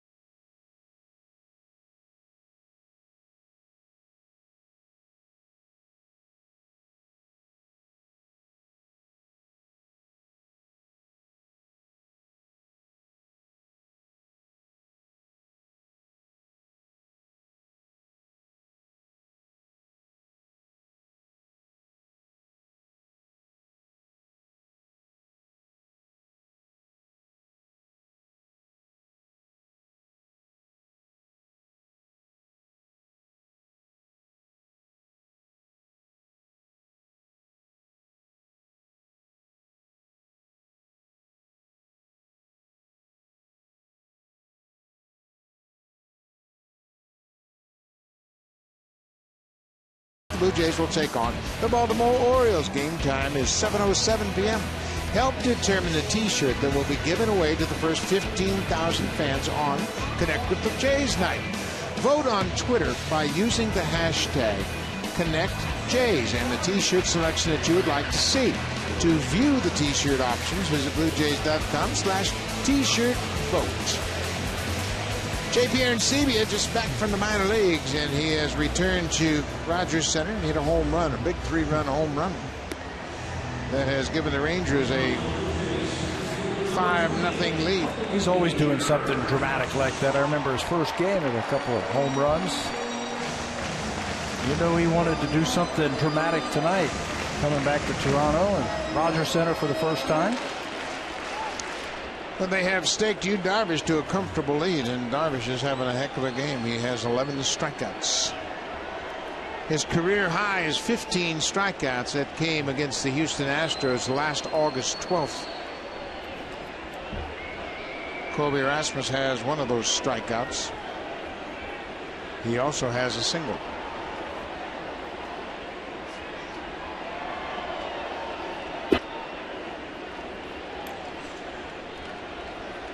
A lot more breaking balls from Darvish now as we get a little bit later into this ball game.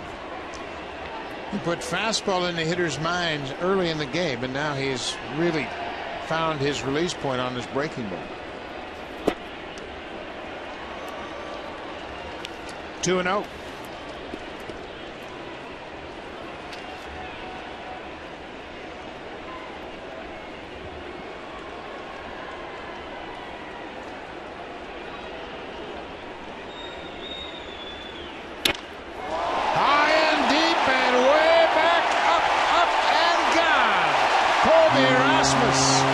Home run number 13.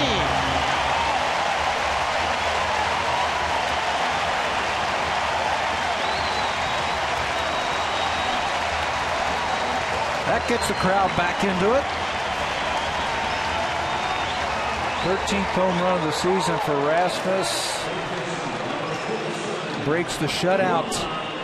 2-0. He can afford to look for one pitch in one area, and he got a high fastball that time from Darvish. Darvish can afford to challenge him 2-0 with the 5-run lead. Throws him the fastball, and Colby loses it. First home run in 5 games for the Blue Jays.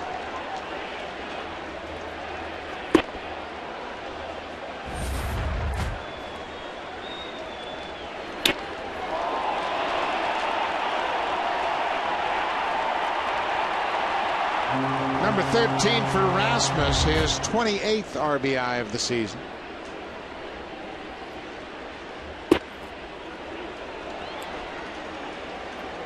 Maybe that'll get him going. He's been struggling. You mentioned the numbers that he had coming out of the break. Maybe that'll get Colby rolling. He is now 7 for 15 against Yu Darvish.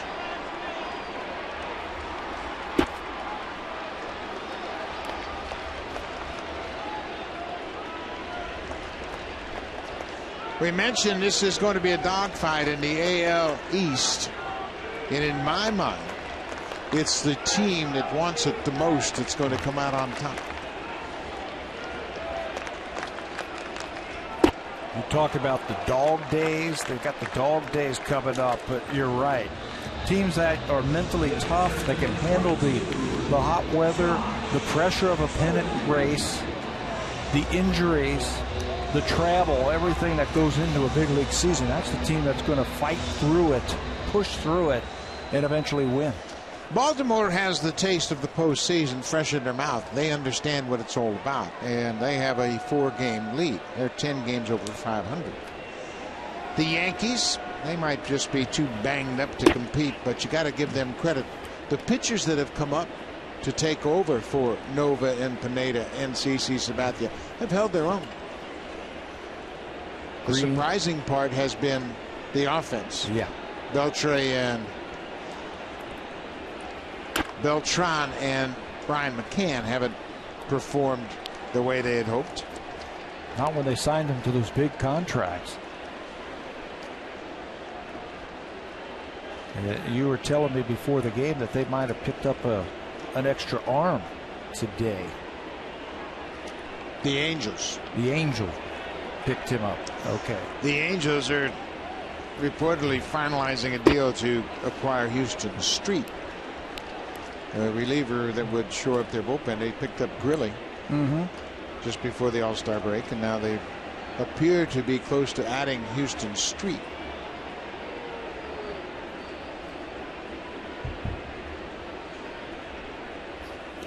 Breaking ball in the dirt.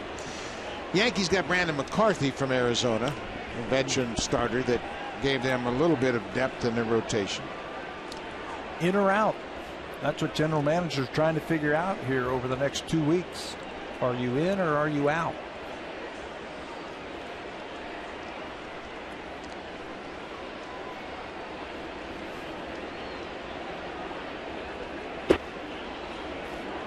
Darvish wanted that pitch, but it was off the plate outside. It's now a full count.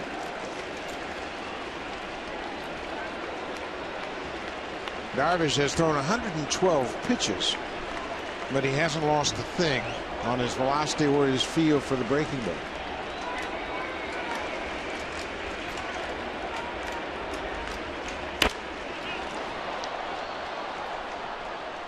His season high this year is 117 pitches. For you, Darvish, he did that. Complete game shutout against Miami on June the 11th.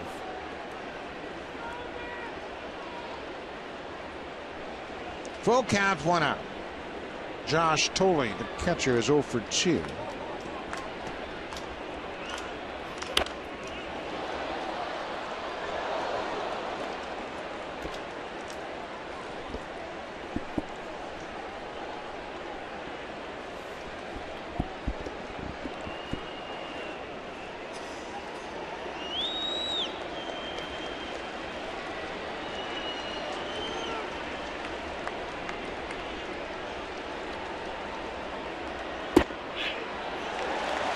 Darvish thought he had thrown strike 3, but it walks. Josh Thole.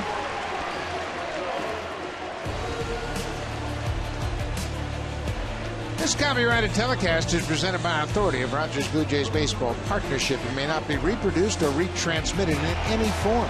And the accounts and descriptions of this game may not be disseminated without the express written consent of Rogers Blue Jays Baseball Partnership. Yu Darvish, 3 walks tonight. And confident to throw a 3-2 breaking ball to Josh Thole when you're up by 4 runs. He throws him the breaking ball, it freezes everybody. It's called low and inside. Darvish wanted it. You can see the reaction by the pitcher. Left-hander Neil Kotz starting to get ready for the Rangers. It shouldn't take him long. A couple of switch hitters will follow Kawasaki. Jose Reyes and Melky Cabrera if they can keep the inning alive. Kawasaki has extended his hit streak to 6 straight.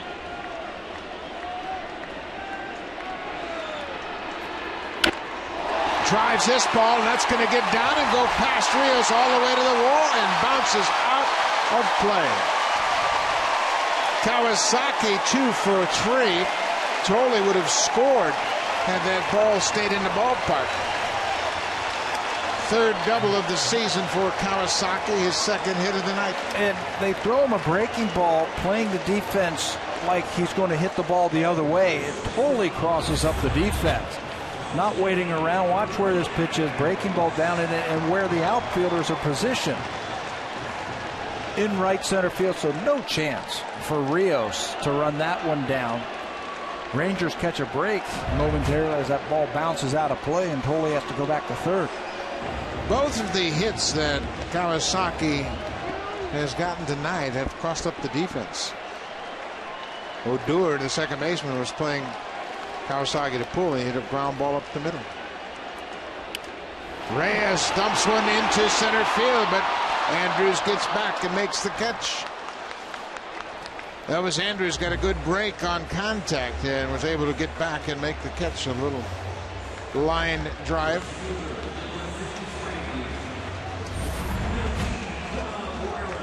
Boy, he's an acrobatic shortstop. Catches and then has the presence of mind to completely turn around, plant that right foot, and hit the cutoff man to keep that runner at third base. That ball looked like it was going to find its way into center field for a couple of runs. He runs it down, and Ron Washington has seen enough. He's going to go to his bullpen. So Yu Darvish throws 117 pitches. He leaves striking out 12. He's in line for the win. Blue Jays 1 run on 5 hits. Left-hander Neil Kotz into the game to face Melky Cabrera. When we come back, 5-1 Texas.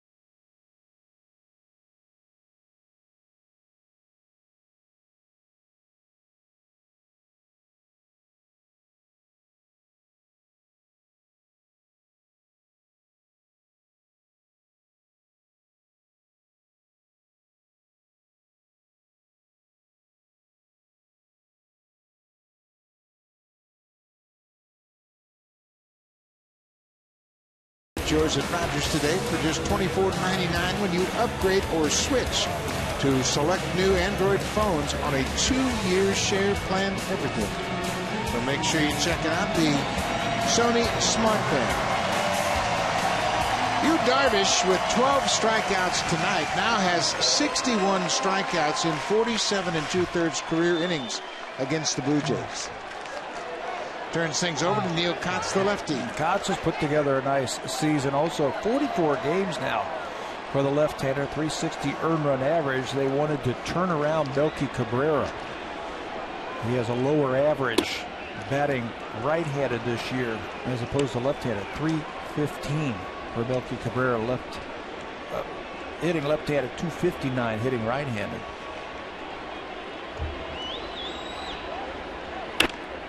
Cabrera late on that fastball. Neil Kotz has been the subject of some trade rumors. The left-hander out of the bullpen. Obviously a commodity. A lot of the contending ball clubs would love to add to their bullpen before the trade deadline. He's got a good arm. He's put up some good numbers. Fastball, a little bit of a slider.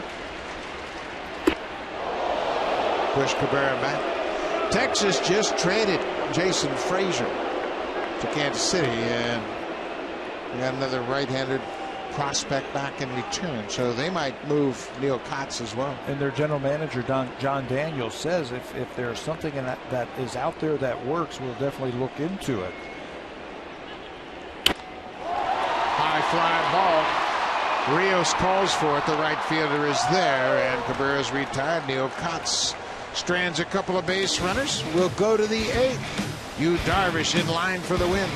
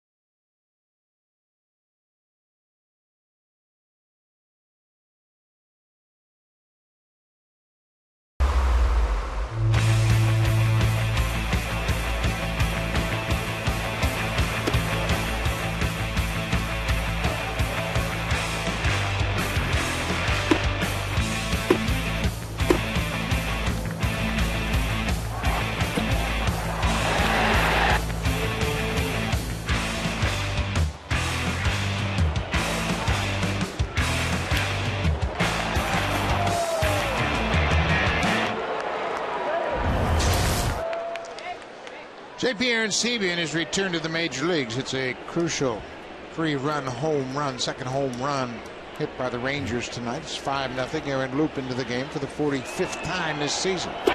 Loup last worked a week ago. He was the winning pitcher in Tampa, the only game that the Blue Jays won down there. An inning and a third against the Rays, picking up his 3rd win of the season. It's quickly ahead of Shin-Soo Choo. Dave Magadan, the hitting coach for Texas Rangers, big smile on his face, and he hasn't had a whole lot to smile about lately. The way the team has struggled. But tonight you knew the Blue Jays were in tough against Yu Darvish.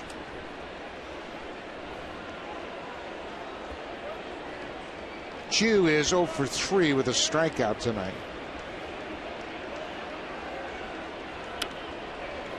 That ball almost hit him in the fist. Fastball that ate him up on the inside part of the plate, and Aaron can do that because he drops down against lefties, can run that fastball right in on their hands. That game that he pitched against Tampa, faced only 4 batters, struck out 3 of them. Breaking ball missed inside. It's 2-2. Loup has taken over the significant work in the 7th and 8th inning. John Gibbons has really relied on Loup to get him out of tough situations. There he strikes out Choo. 1 down.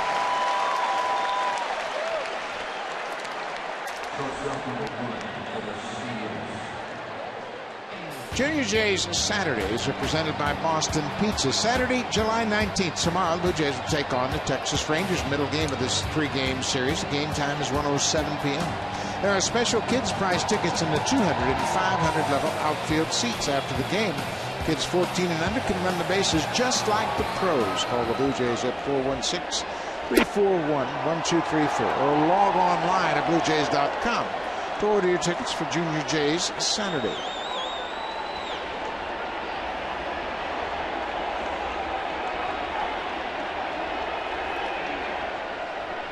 Tomorrow, the pitching matchup will be the right-hander Colby Lewis for the Rangers against the youngster Marcus Stroman. Kind of appropriate. He's pitching on Junior Jays Saturday, one of the rookie pitchers for the Blue Jays. A youngster that's liable to be around for a long time here with the Blue Jays. He's 23 years old. He has shown signs of brilliance at times this season. The Rangers will get their first look at him as a starter.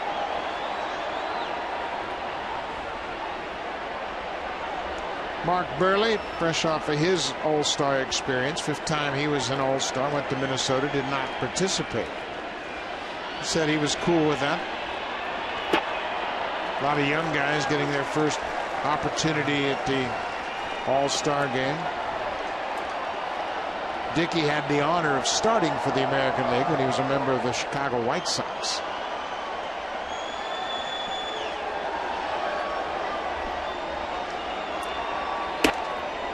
Burley, of course, not Dickey. 2 balls and 2 strikes. And he will pitch on Sunday, the finale of this 3-game series against Texas. Full count to the Rangers shortstop.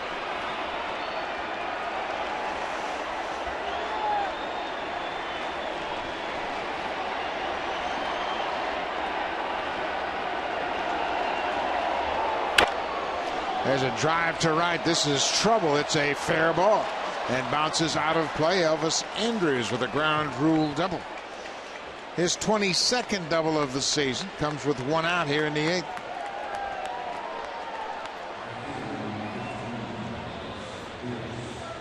He fought back to a 3-2 count, so he's going to challenge him. It was a fastball that's up and away. Doesn't try and pull it. Doesn't try and do too much with it. Just poke it down that right field line for his first hit. 7th hit for the Rangers now tonight.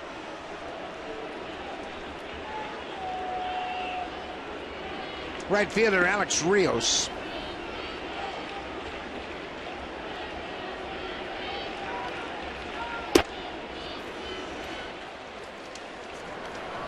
Todd Redmond beginning to loosen up for the Blue Jays.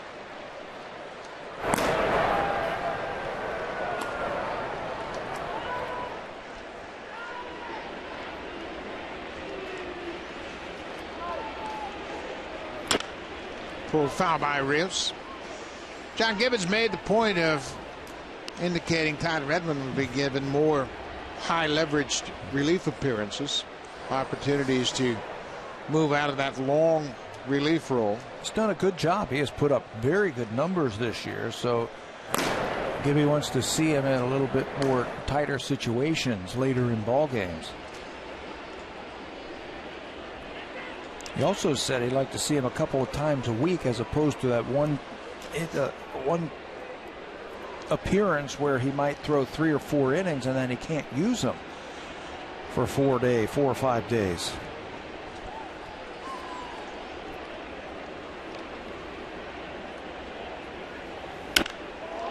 It's a high fly ball deep to center. Rasmus has room. Tagging at second is Andrews. Rasmus airmails it all the way to third, but it's not in time.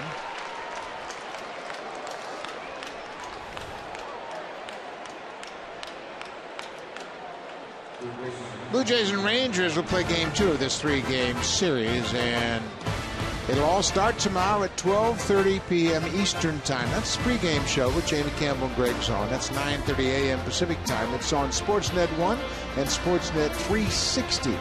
So make sure you check that out. We'll be here for the middle game of this 3-game series. Adrian Beltre will be given a free pass here.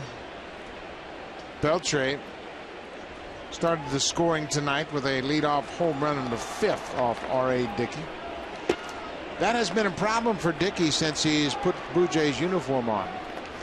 He's given up 36 home runs in 29 starts as a Blue Jay here at Rogers Center. This has been a tough ballpark for him. 13 of those this year here at Rogers Center. And this is the right move right here by the Blue Jays. Take the bat out of the veteran's hand. Beltre has been in this situation. He's been an RBI guy. Give it to the rookie, and he's going to get a chance to face Todd Redmond. Jake Smolinski had a 1-out single in the 7th. So Aaron Loop comes in, strikes out Chu, gives up a double. Rios flies out, and then he walks Beltre. So Todd Redmond will get a more pressurized situation as he's trying to keep this a 4-run game. Redmond into the ball game to face the rookie Jake Smolinski. Texas leads at 5-1.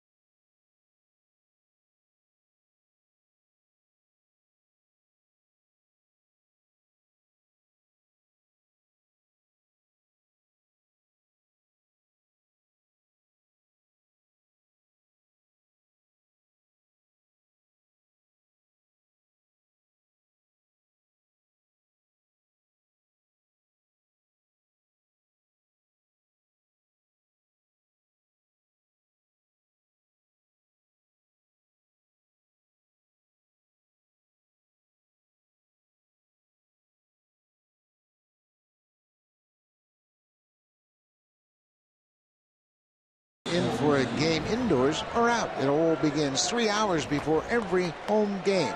Check out 680 News for the Rogers Center Roof Report. Todd Redmond into the game. Runners at the corners. He is making his 26th appearance and gets an opportunity to show John Gibbons he's worthy of these tough spots. Has pitched well, 257 earned run average. That's the best earned run average in their bullpen by a guy not named Casey Jansen. 25 games this year for Redmond. He's also got a very good 3-to-1 strikeout to walk ratio, so he's going to come right after you. He'll throw it over. Yep, he'll challenge you.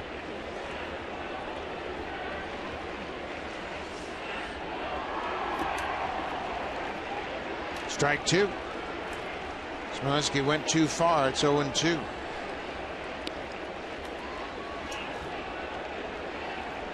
Looking ahead to the bottom of the 8th, it's Jose Bautista, Deanna Navarro, and Dan Johnson, 3, 4, and 5 in the Blue Jays order. So these are big runs for Todd Redmond to save.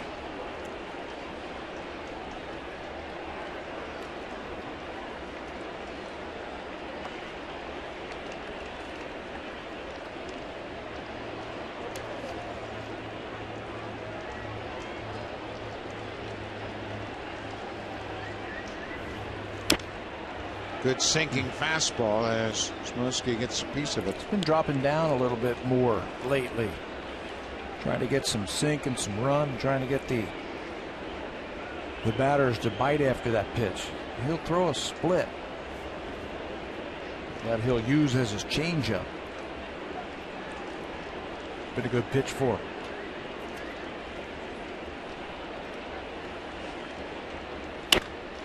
Pulled to third. Francisco goes to second, and that'll end the inning. Good job by Redmond.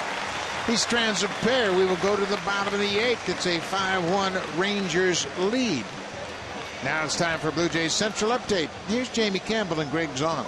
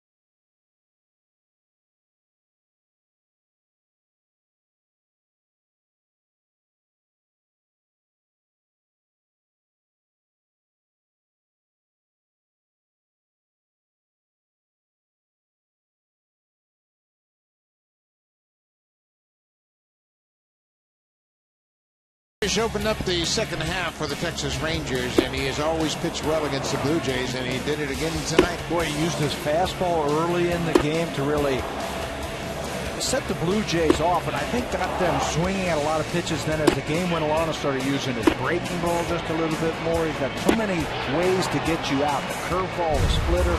We even saw him cut the ball a little bit tonight against some of the left-handers. All told, 12 strikeouts in 6 2/3 innings.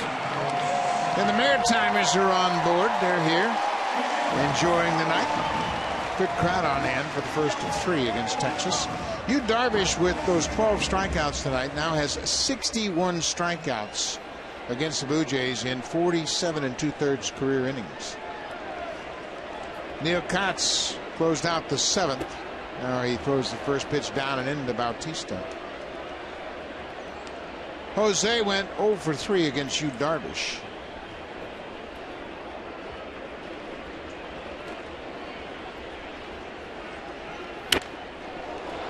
Pops this one back over the screen, out of play. R.A. Dickey was the starter for the Blue Jays, and in his last 7 starts, he's been given 12 total runs. Tough to win. Tough to win when you don't have anything to work with. He has pitched some great baseball too. That's the bad part about that, is the offense has let him down. They're losing out on chances to win ball games because he's pitched so well. This is a mile-high pop-up right out in front of home. Gio Soto hits it, hit the base, and that's going to be a foul ball. Nobody touched that ball. It went out of play. It's a foul ball. Yep. Heads up play by Soto. Once the communication between he and Beltre was lost and the ball hit the ground, it looked like it was going to be a double for Bautista. But on this turf, you never know where that ball's going to bounce. Had some English on it, and that thing, watch where this ball bounces. Instead of going straight up, bounces over his head and goes foul. Yeah, once it goes into foul territory, untouched, and when Soto touched it, it became a foul ball. Interesting play.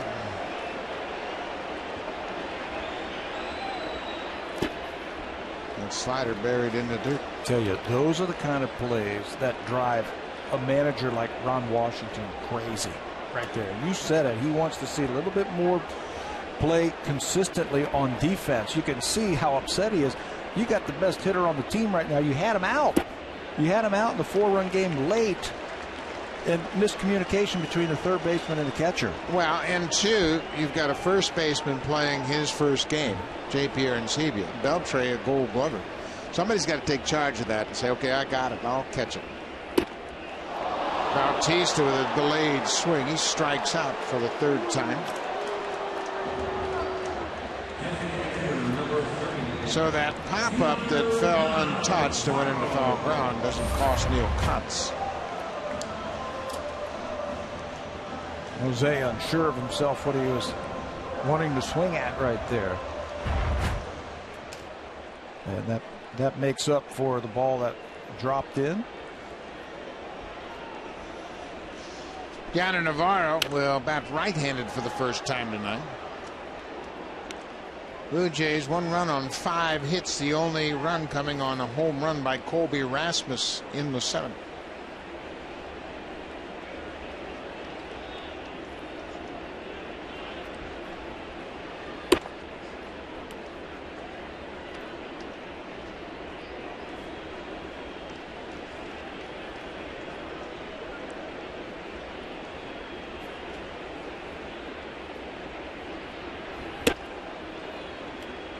Two and one. Neil Cutts into the ball game in relief of Yu Darvish, the starter.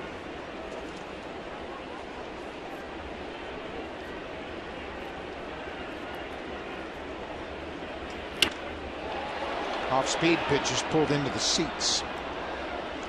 Cutts is now 34 years old. He had 8 wins in relief last year.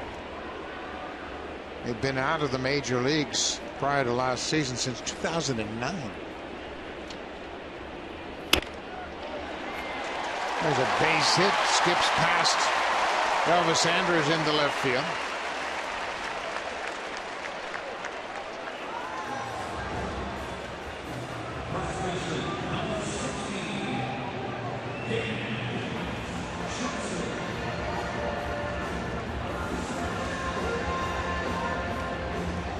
Yanni Navarro 1 for 4. Dan Johnson will step in the box with 1 out.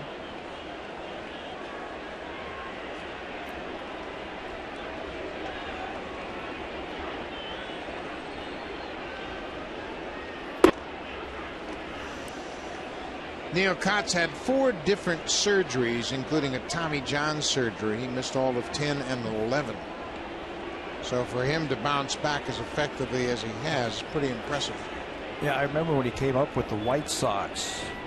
I said, wow, this guy's got a chance to be a good left-handed reliever.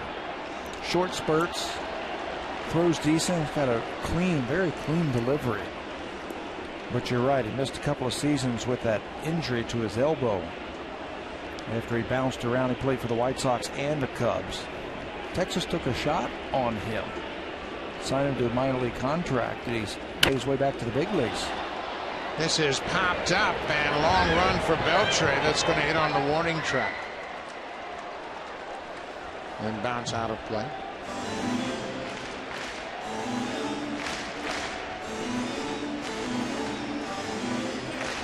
Had a long way to go. Beltre, really no chance for him to catch that. You can see Noah's Anders is giving him the business, but they're shifted around on Johnson. That's just too far for Beltre to get that short pop-up. There's Adrian right there staying almost at short.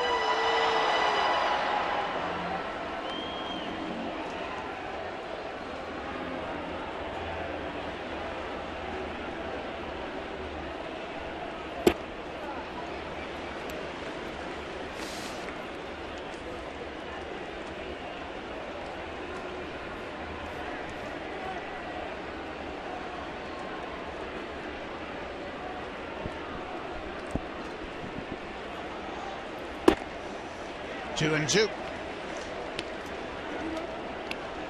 We mentioned a good crowd here tonight. It is 38,012. That's a great start for a weekend series, and they're all hopeful of a Blue Jays comeback.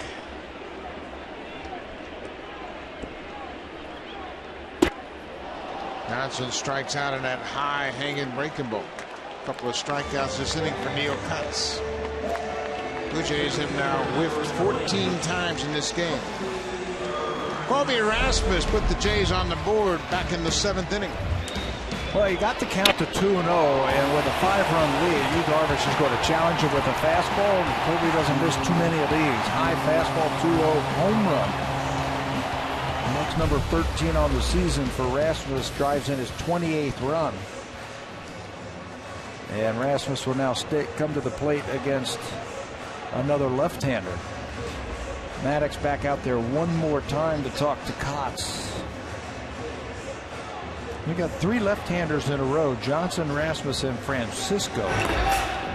So I'm sure that was just a reminder. He's got all those left-handers. Sean Tollison warming up now. We won't see him unless they pinch hit for Francisco. Well, he is just protection against that possibility of a pinch hitter. Colby Rasmus, 2 for 3 so far tonight.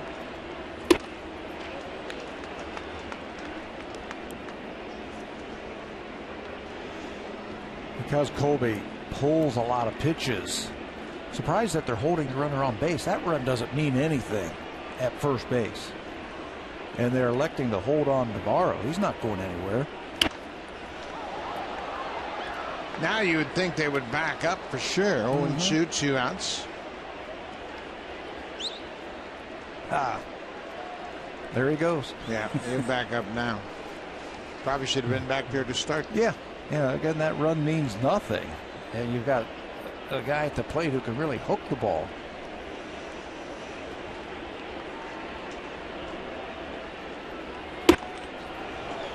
Kotz strikes out the side. He gave up a single and nothing more.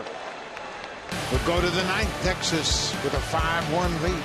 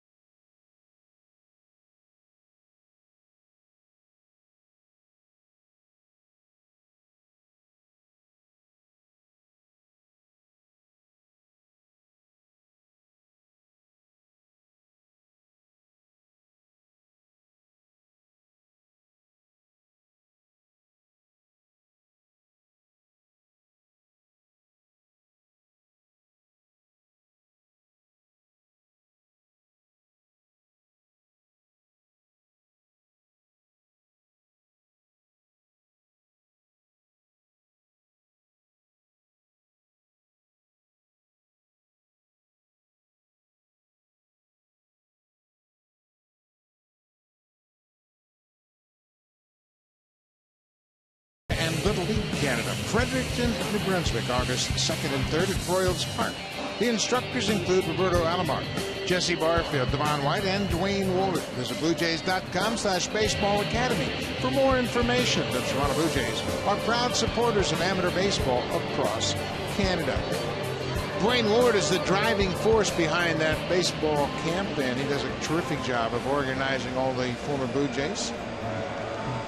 Dustin McGowan making his 31st appearance of the season will start tonight. Get a chance to get an inning in here against the Texas Rangers. McGowan last worked in that Tampa series, had trouble finding the plate, had 3 walks, did not retire a batter in that game, also gave up a base hit. So John Gibbons wants to get him out there and get him an inning here against the Rangers. Todd Redmond retired the only batter he faced, coming on with 2 outs in the 8th.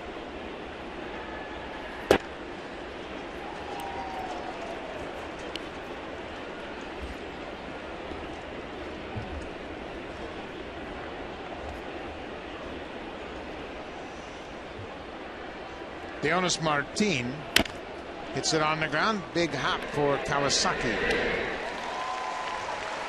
1 down. Drive of the Game is brought to you by the 2014 Honda Civic, Canada's best-selling car 16 years in a row, and the official vehicle of the Toronto Blue Jays. Anytime a player is let go by another organization, has a chance to get back at them, it makes you feel good. JP Arancibia had that shot right here, a 3-run home run that made it 5-0. That was in the 7th inning. Our drive of the game, JP Arancibia's 3-run home run, his 2nd home run of the season. Just his 9th hit of the season. He came into this game 8 for 60. He was sent down to the minor leagues. He played in AAA, got his stroke back, and now is a first baseman DH. Yeah, and gets a chance at first base, changing positions.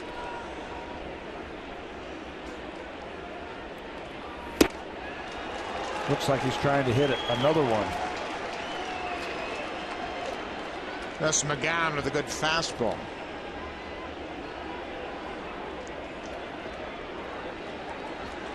The Rangers now have basically 4 catchers on their roster. Soto and Arancibia added to the roster after the All-Star break. They also have Chris Jimenez and Robinson Chirinos. Chirinos did a nice job. After Arancibia was sent down to the minor leagues, he did most of the catching. Now they get Soto back. JP might not be putting on that catcher's equipment.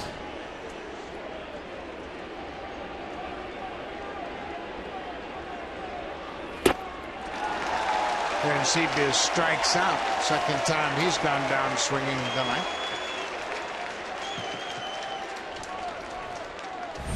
Lots of strikeouts tonight by both of these teams. R.A. Dickey had 7, Aaron Loop had 1, and this is Dustin McGowan's first strikeout. Elevated fastball. Tough to catch up with that one. The Blue Jay hitters have tied a season high with 15 strikeouts. Yu Darvish got 12. Neil Kotz struck out the side in the 8th. They also had 15 strikeouts against the Yankees on June 17th in New York. That ball is driven to the alley. Rasmus will not get it. What a night for Rougned Odor. Another big hit. Odor has a single, a triple, and now a double. He is 3 for 4 tonight. Popped out his other time up. Home run short of the cycle. He's got a nice looking swing. It's quick, it's level. Watch how quickly the bat comes through, and a nice finish. Turns that fastball around. He has opened up some eyes, that's for sure. This was thought to be the job for Jurickson Profar. Opportunity.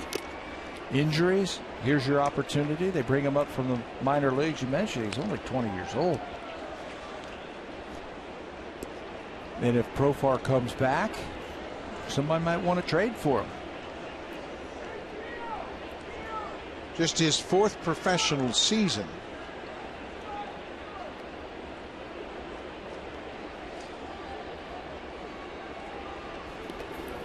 Ball bounced in front of home plate. Giovanni Soto, the catcher, former National League Rookie of the Year with the Chicago Cubs.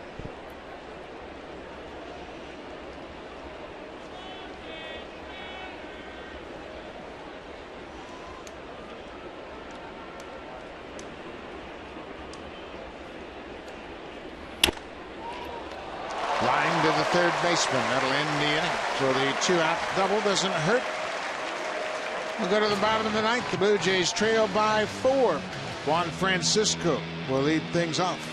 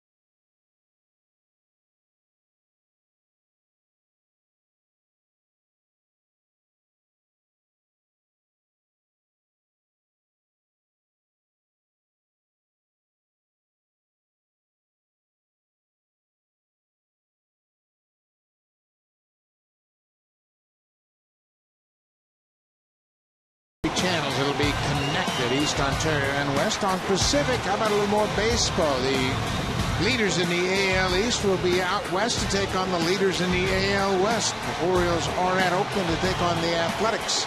Jeff Smarja will start for Oakland against Chris Tillman for the Baltimore Orioles. Tough swing for the Orioles, and we'll have a chance to watch them firsthand. Colby Rasmus responsible for the only Blue Jays run tonight. Joakim Soria, the closer for the Texas Rangers, 16 of 17. He's had a terrific season. He just doesn't get a lot of chances to close ball games. A great earned run average in his 32 games, 16 for 7. Look what right-handers are hitting. It's a cut fastball that he has a great control with. He's only walked 4 batters all season long. It's one of the best strikeout walk ratios. He'll just come right at you, fastball, breaking ball, and he throws it in a good spot. Soria turned 30 years old in May, and he has had a nice career. When you look at where he started with the Dodgers and then went to his home and played in Mexico City for a couple of years. Kansas City bought him from Mexico. When he was with Kansas City, he was one of the best in the American League. Had Tommy John surgery in 2012. And Texas signed him, and they knew that they would have to live through that rehab, and boy, it turned out to be worthwhile. Last year he appeared in just 26 games. This year he's got 16 saves. It's a nice free and easy motion, and all of a sudden the ball's on top of you. He signed with the Rangers in December of 2012, and they were well aware that he might not come back until the middle of the season. And in fact, he didn't appear until July 7th. And there's another strikeout. That's 16 strikeouts for the Blue Jays. Now for a preview of what's coming up next on Connected, here's Ben Ennis and Ivanka Osmak.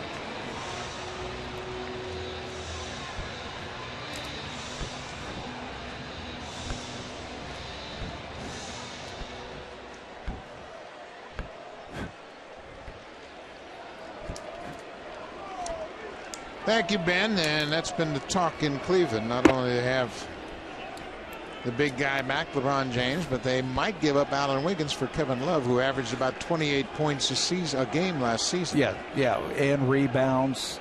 You team him with Kyrie Irving, Love, and LeBron James. Andrew Wiggins goes over there. Everybody wins. Cleveland might be the favorite. Yeah, pretty interesting how things turned around in a short period of time.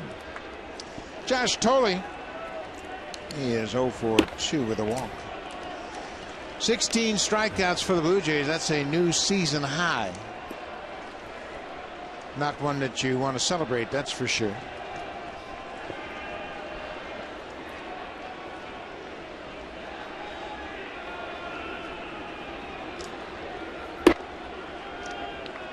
Three and 1 to Tolley. Soria, his name mentioned, of course, with the trade deadline coming up. You just got to wonder what Texas would ask in return. But he's had some 40 save seasons. There's a line drive to left. That'll drop. Cut off by Smolinski. Made a nice play of it. Keep Tolley at first base. I think 2 top-notch prospects if you're going to trade for that guy, because he could be a difference maker for a team.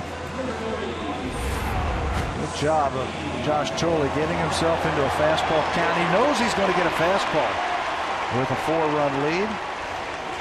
Slices it down the left field line.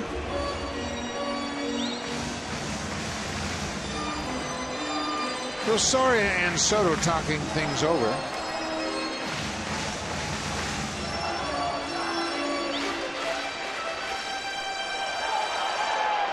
Boy, this is another reminder of how international baseball has become. Soria's from Mexico, Soto's from Puerto Rico, and Munenori Kawasaki is from Japan.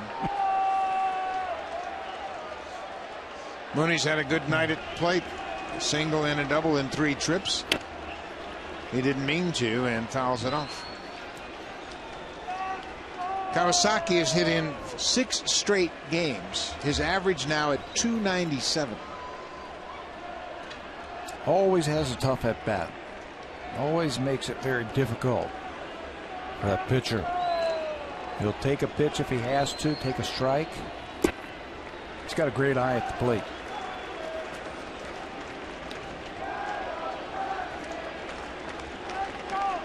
First game of a 7-game homestand. Boston will follow the Rangers in beginning Monday night.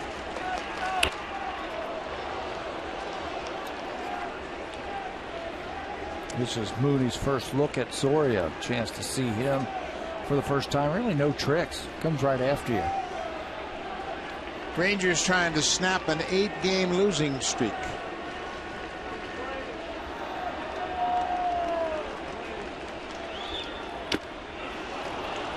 Strikeout number 17. Held on to by Giovanni Soto.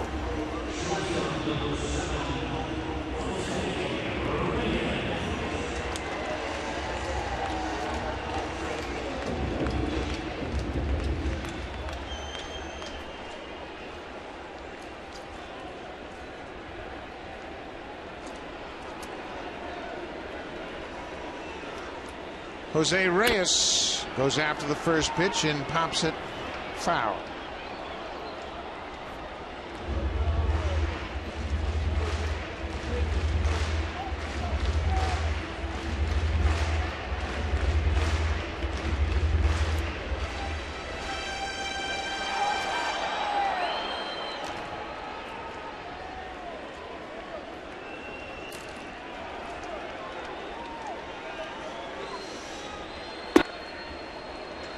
Ball on a strike to Blue Jays shortstop. He's gone 0 for 4. Blue Jays have 1 run on 7 hits. The Rangers have 5 runs on 8 hits.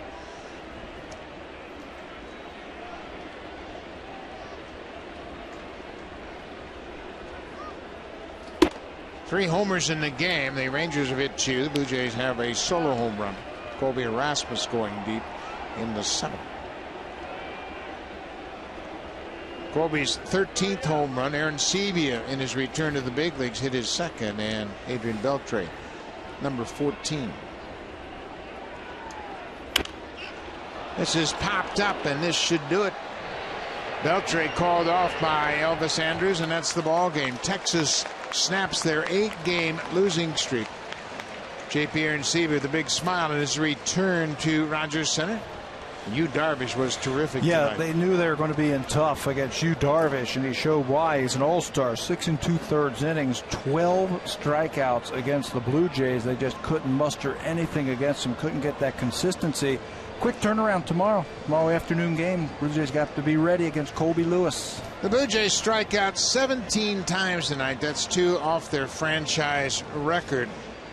It'll be tomorrow afternoon. Colby Lewis against Marcus Stroman. Stay tuned. Connected coming up on 3 channels. More baseball on Pacific.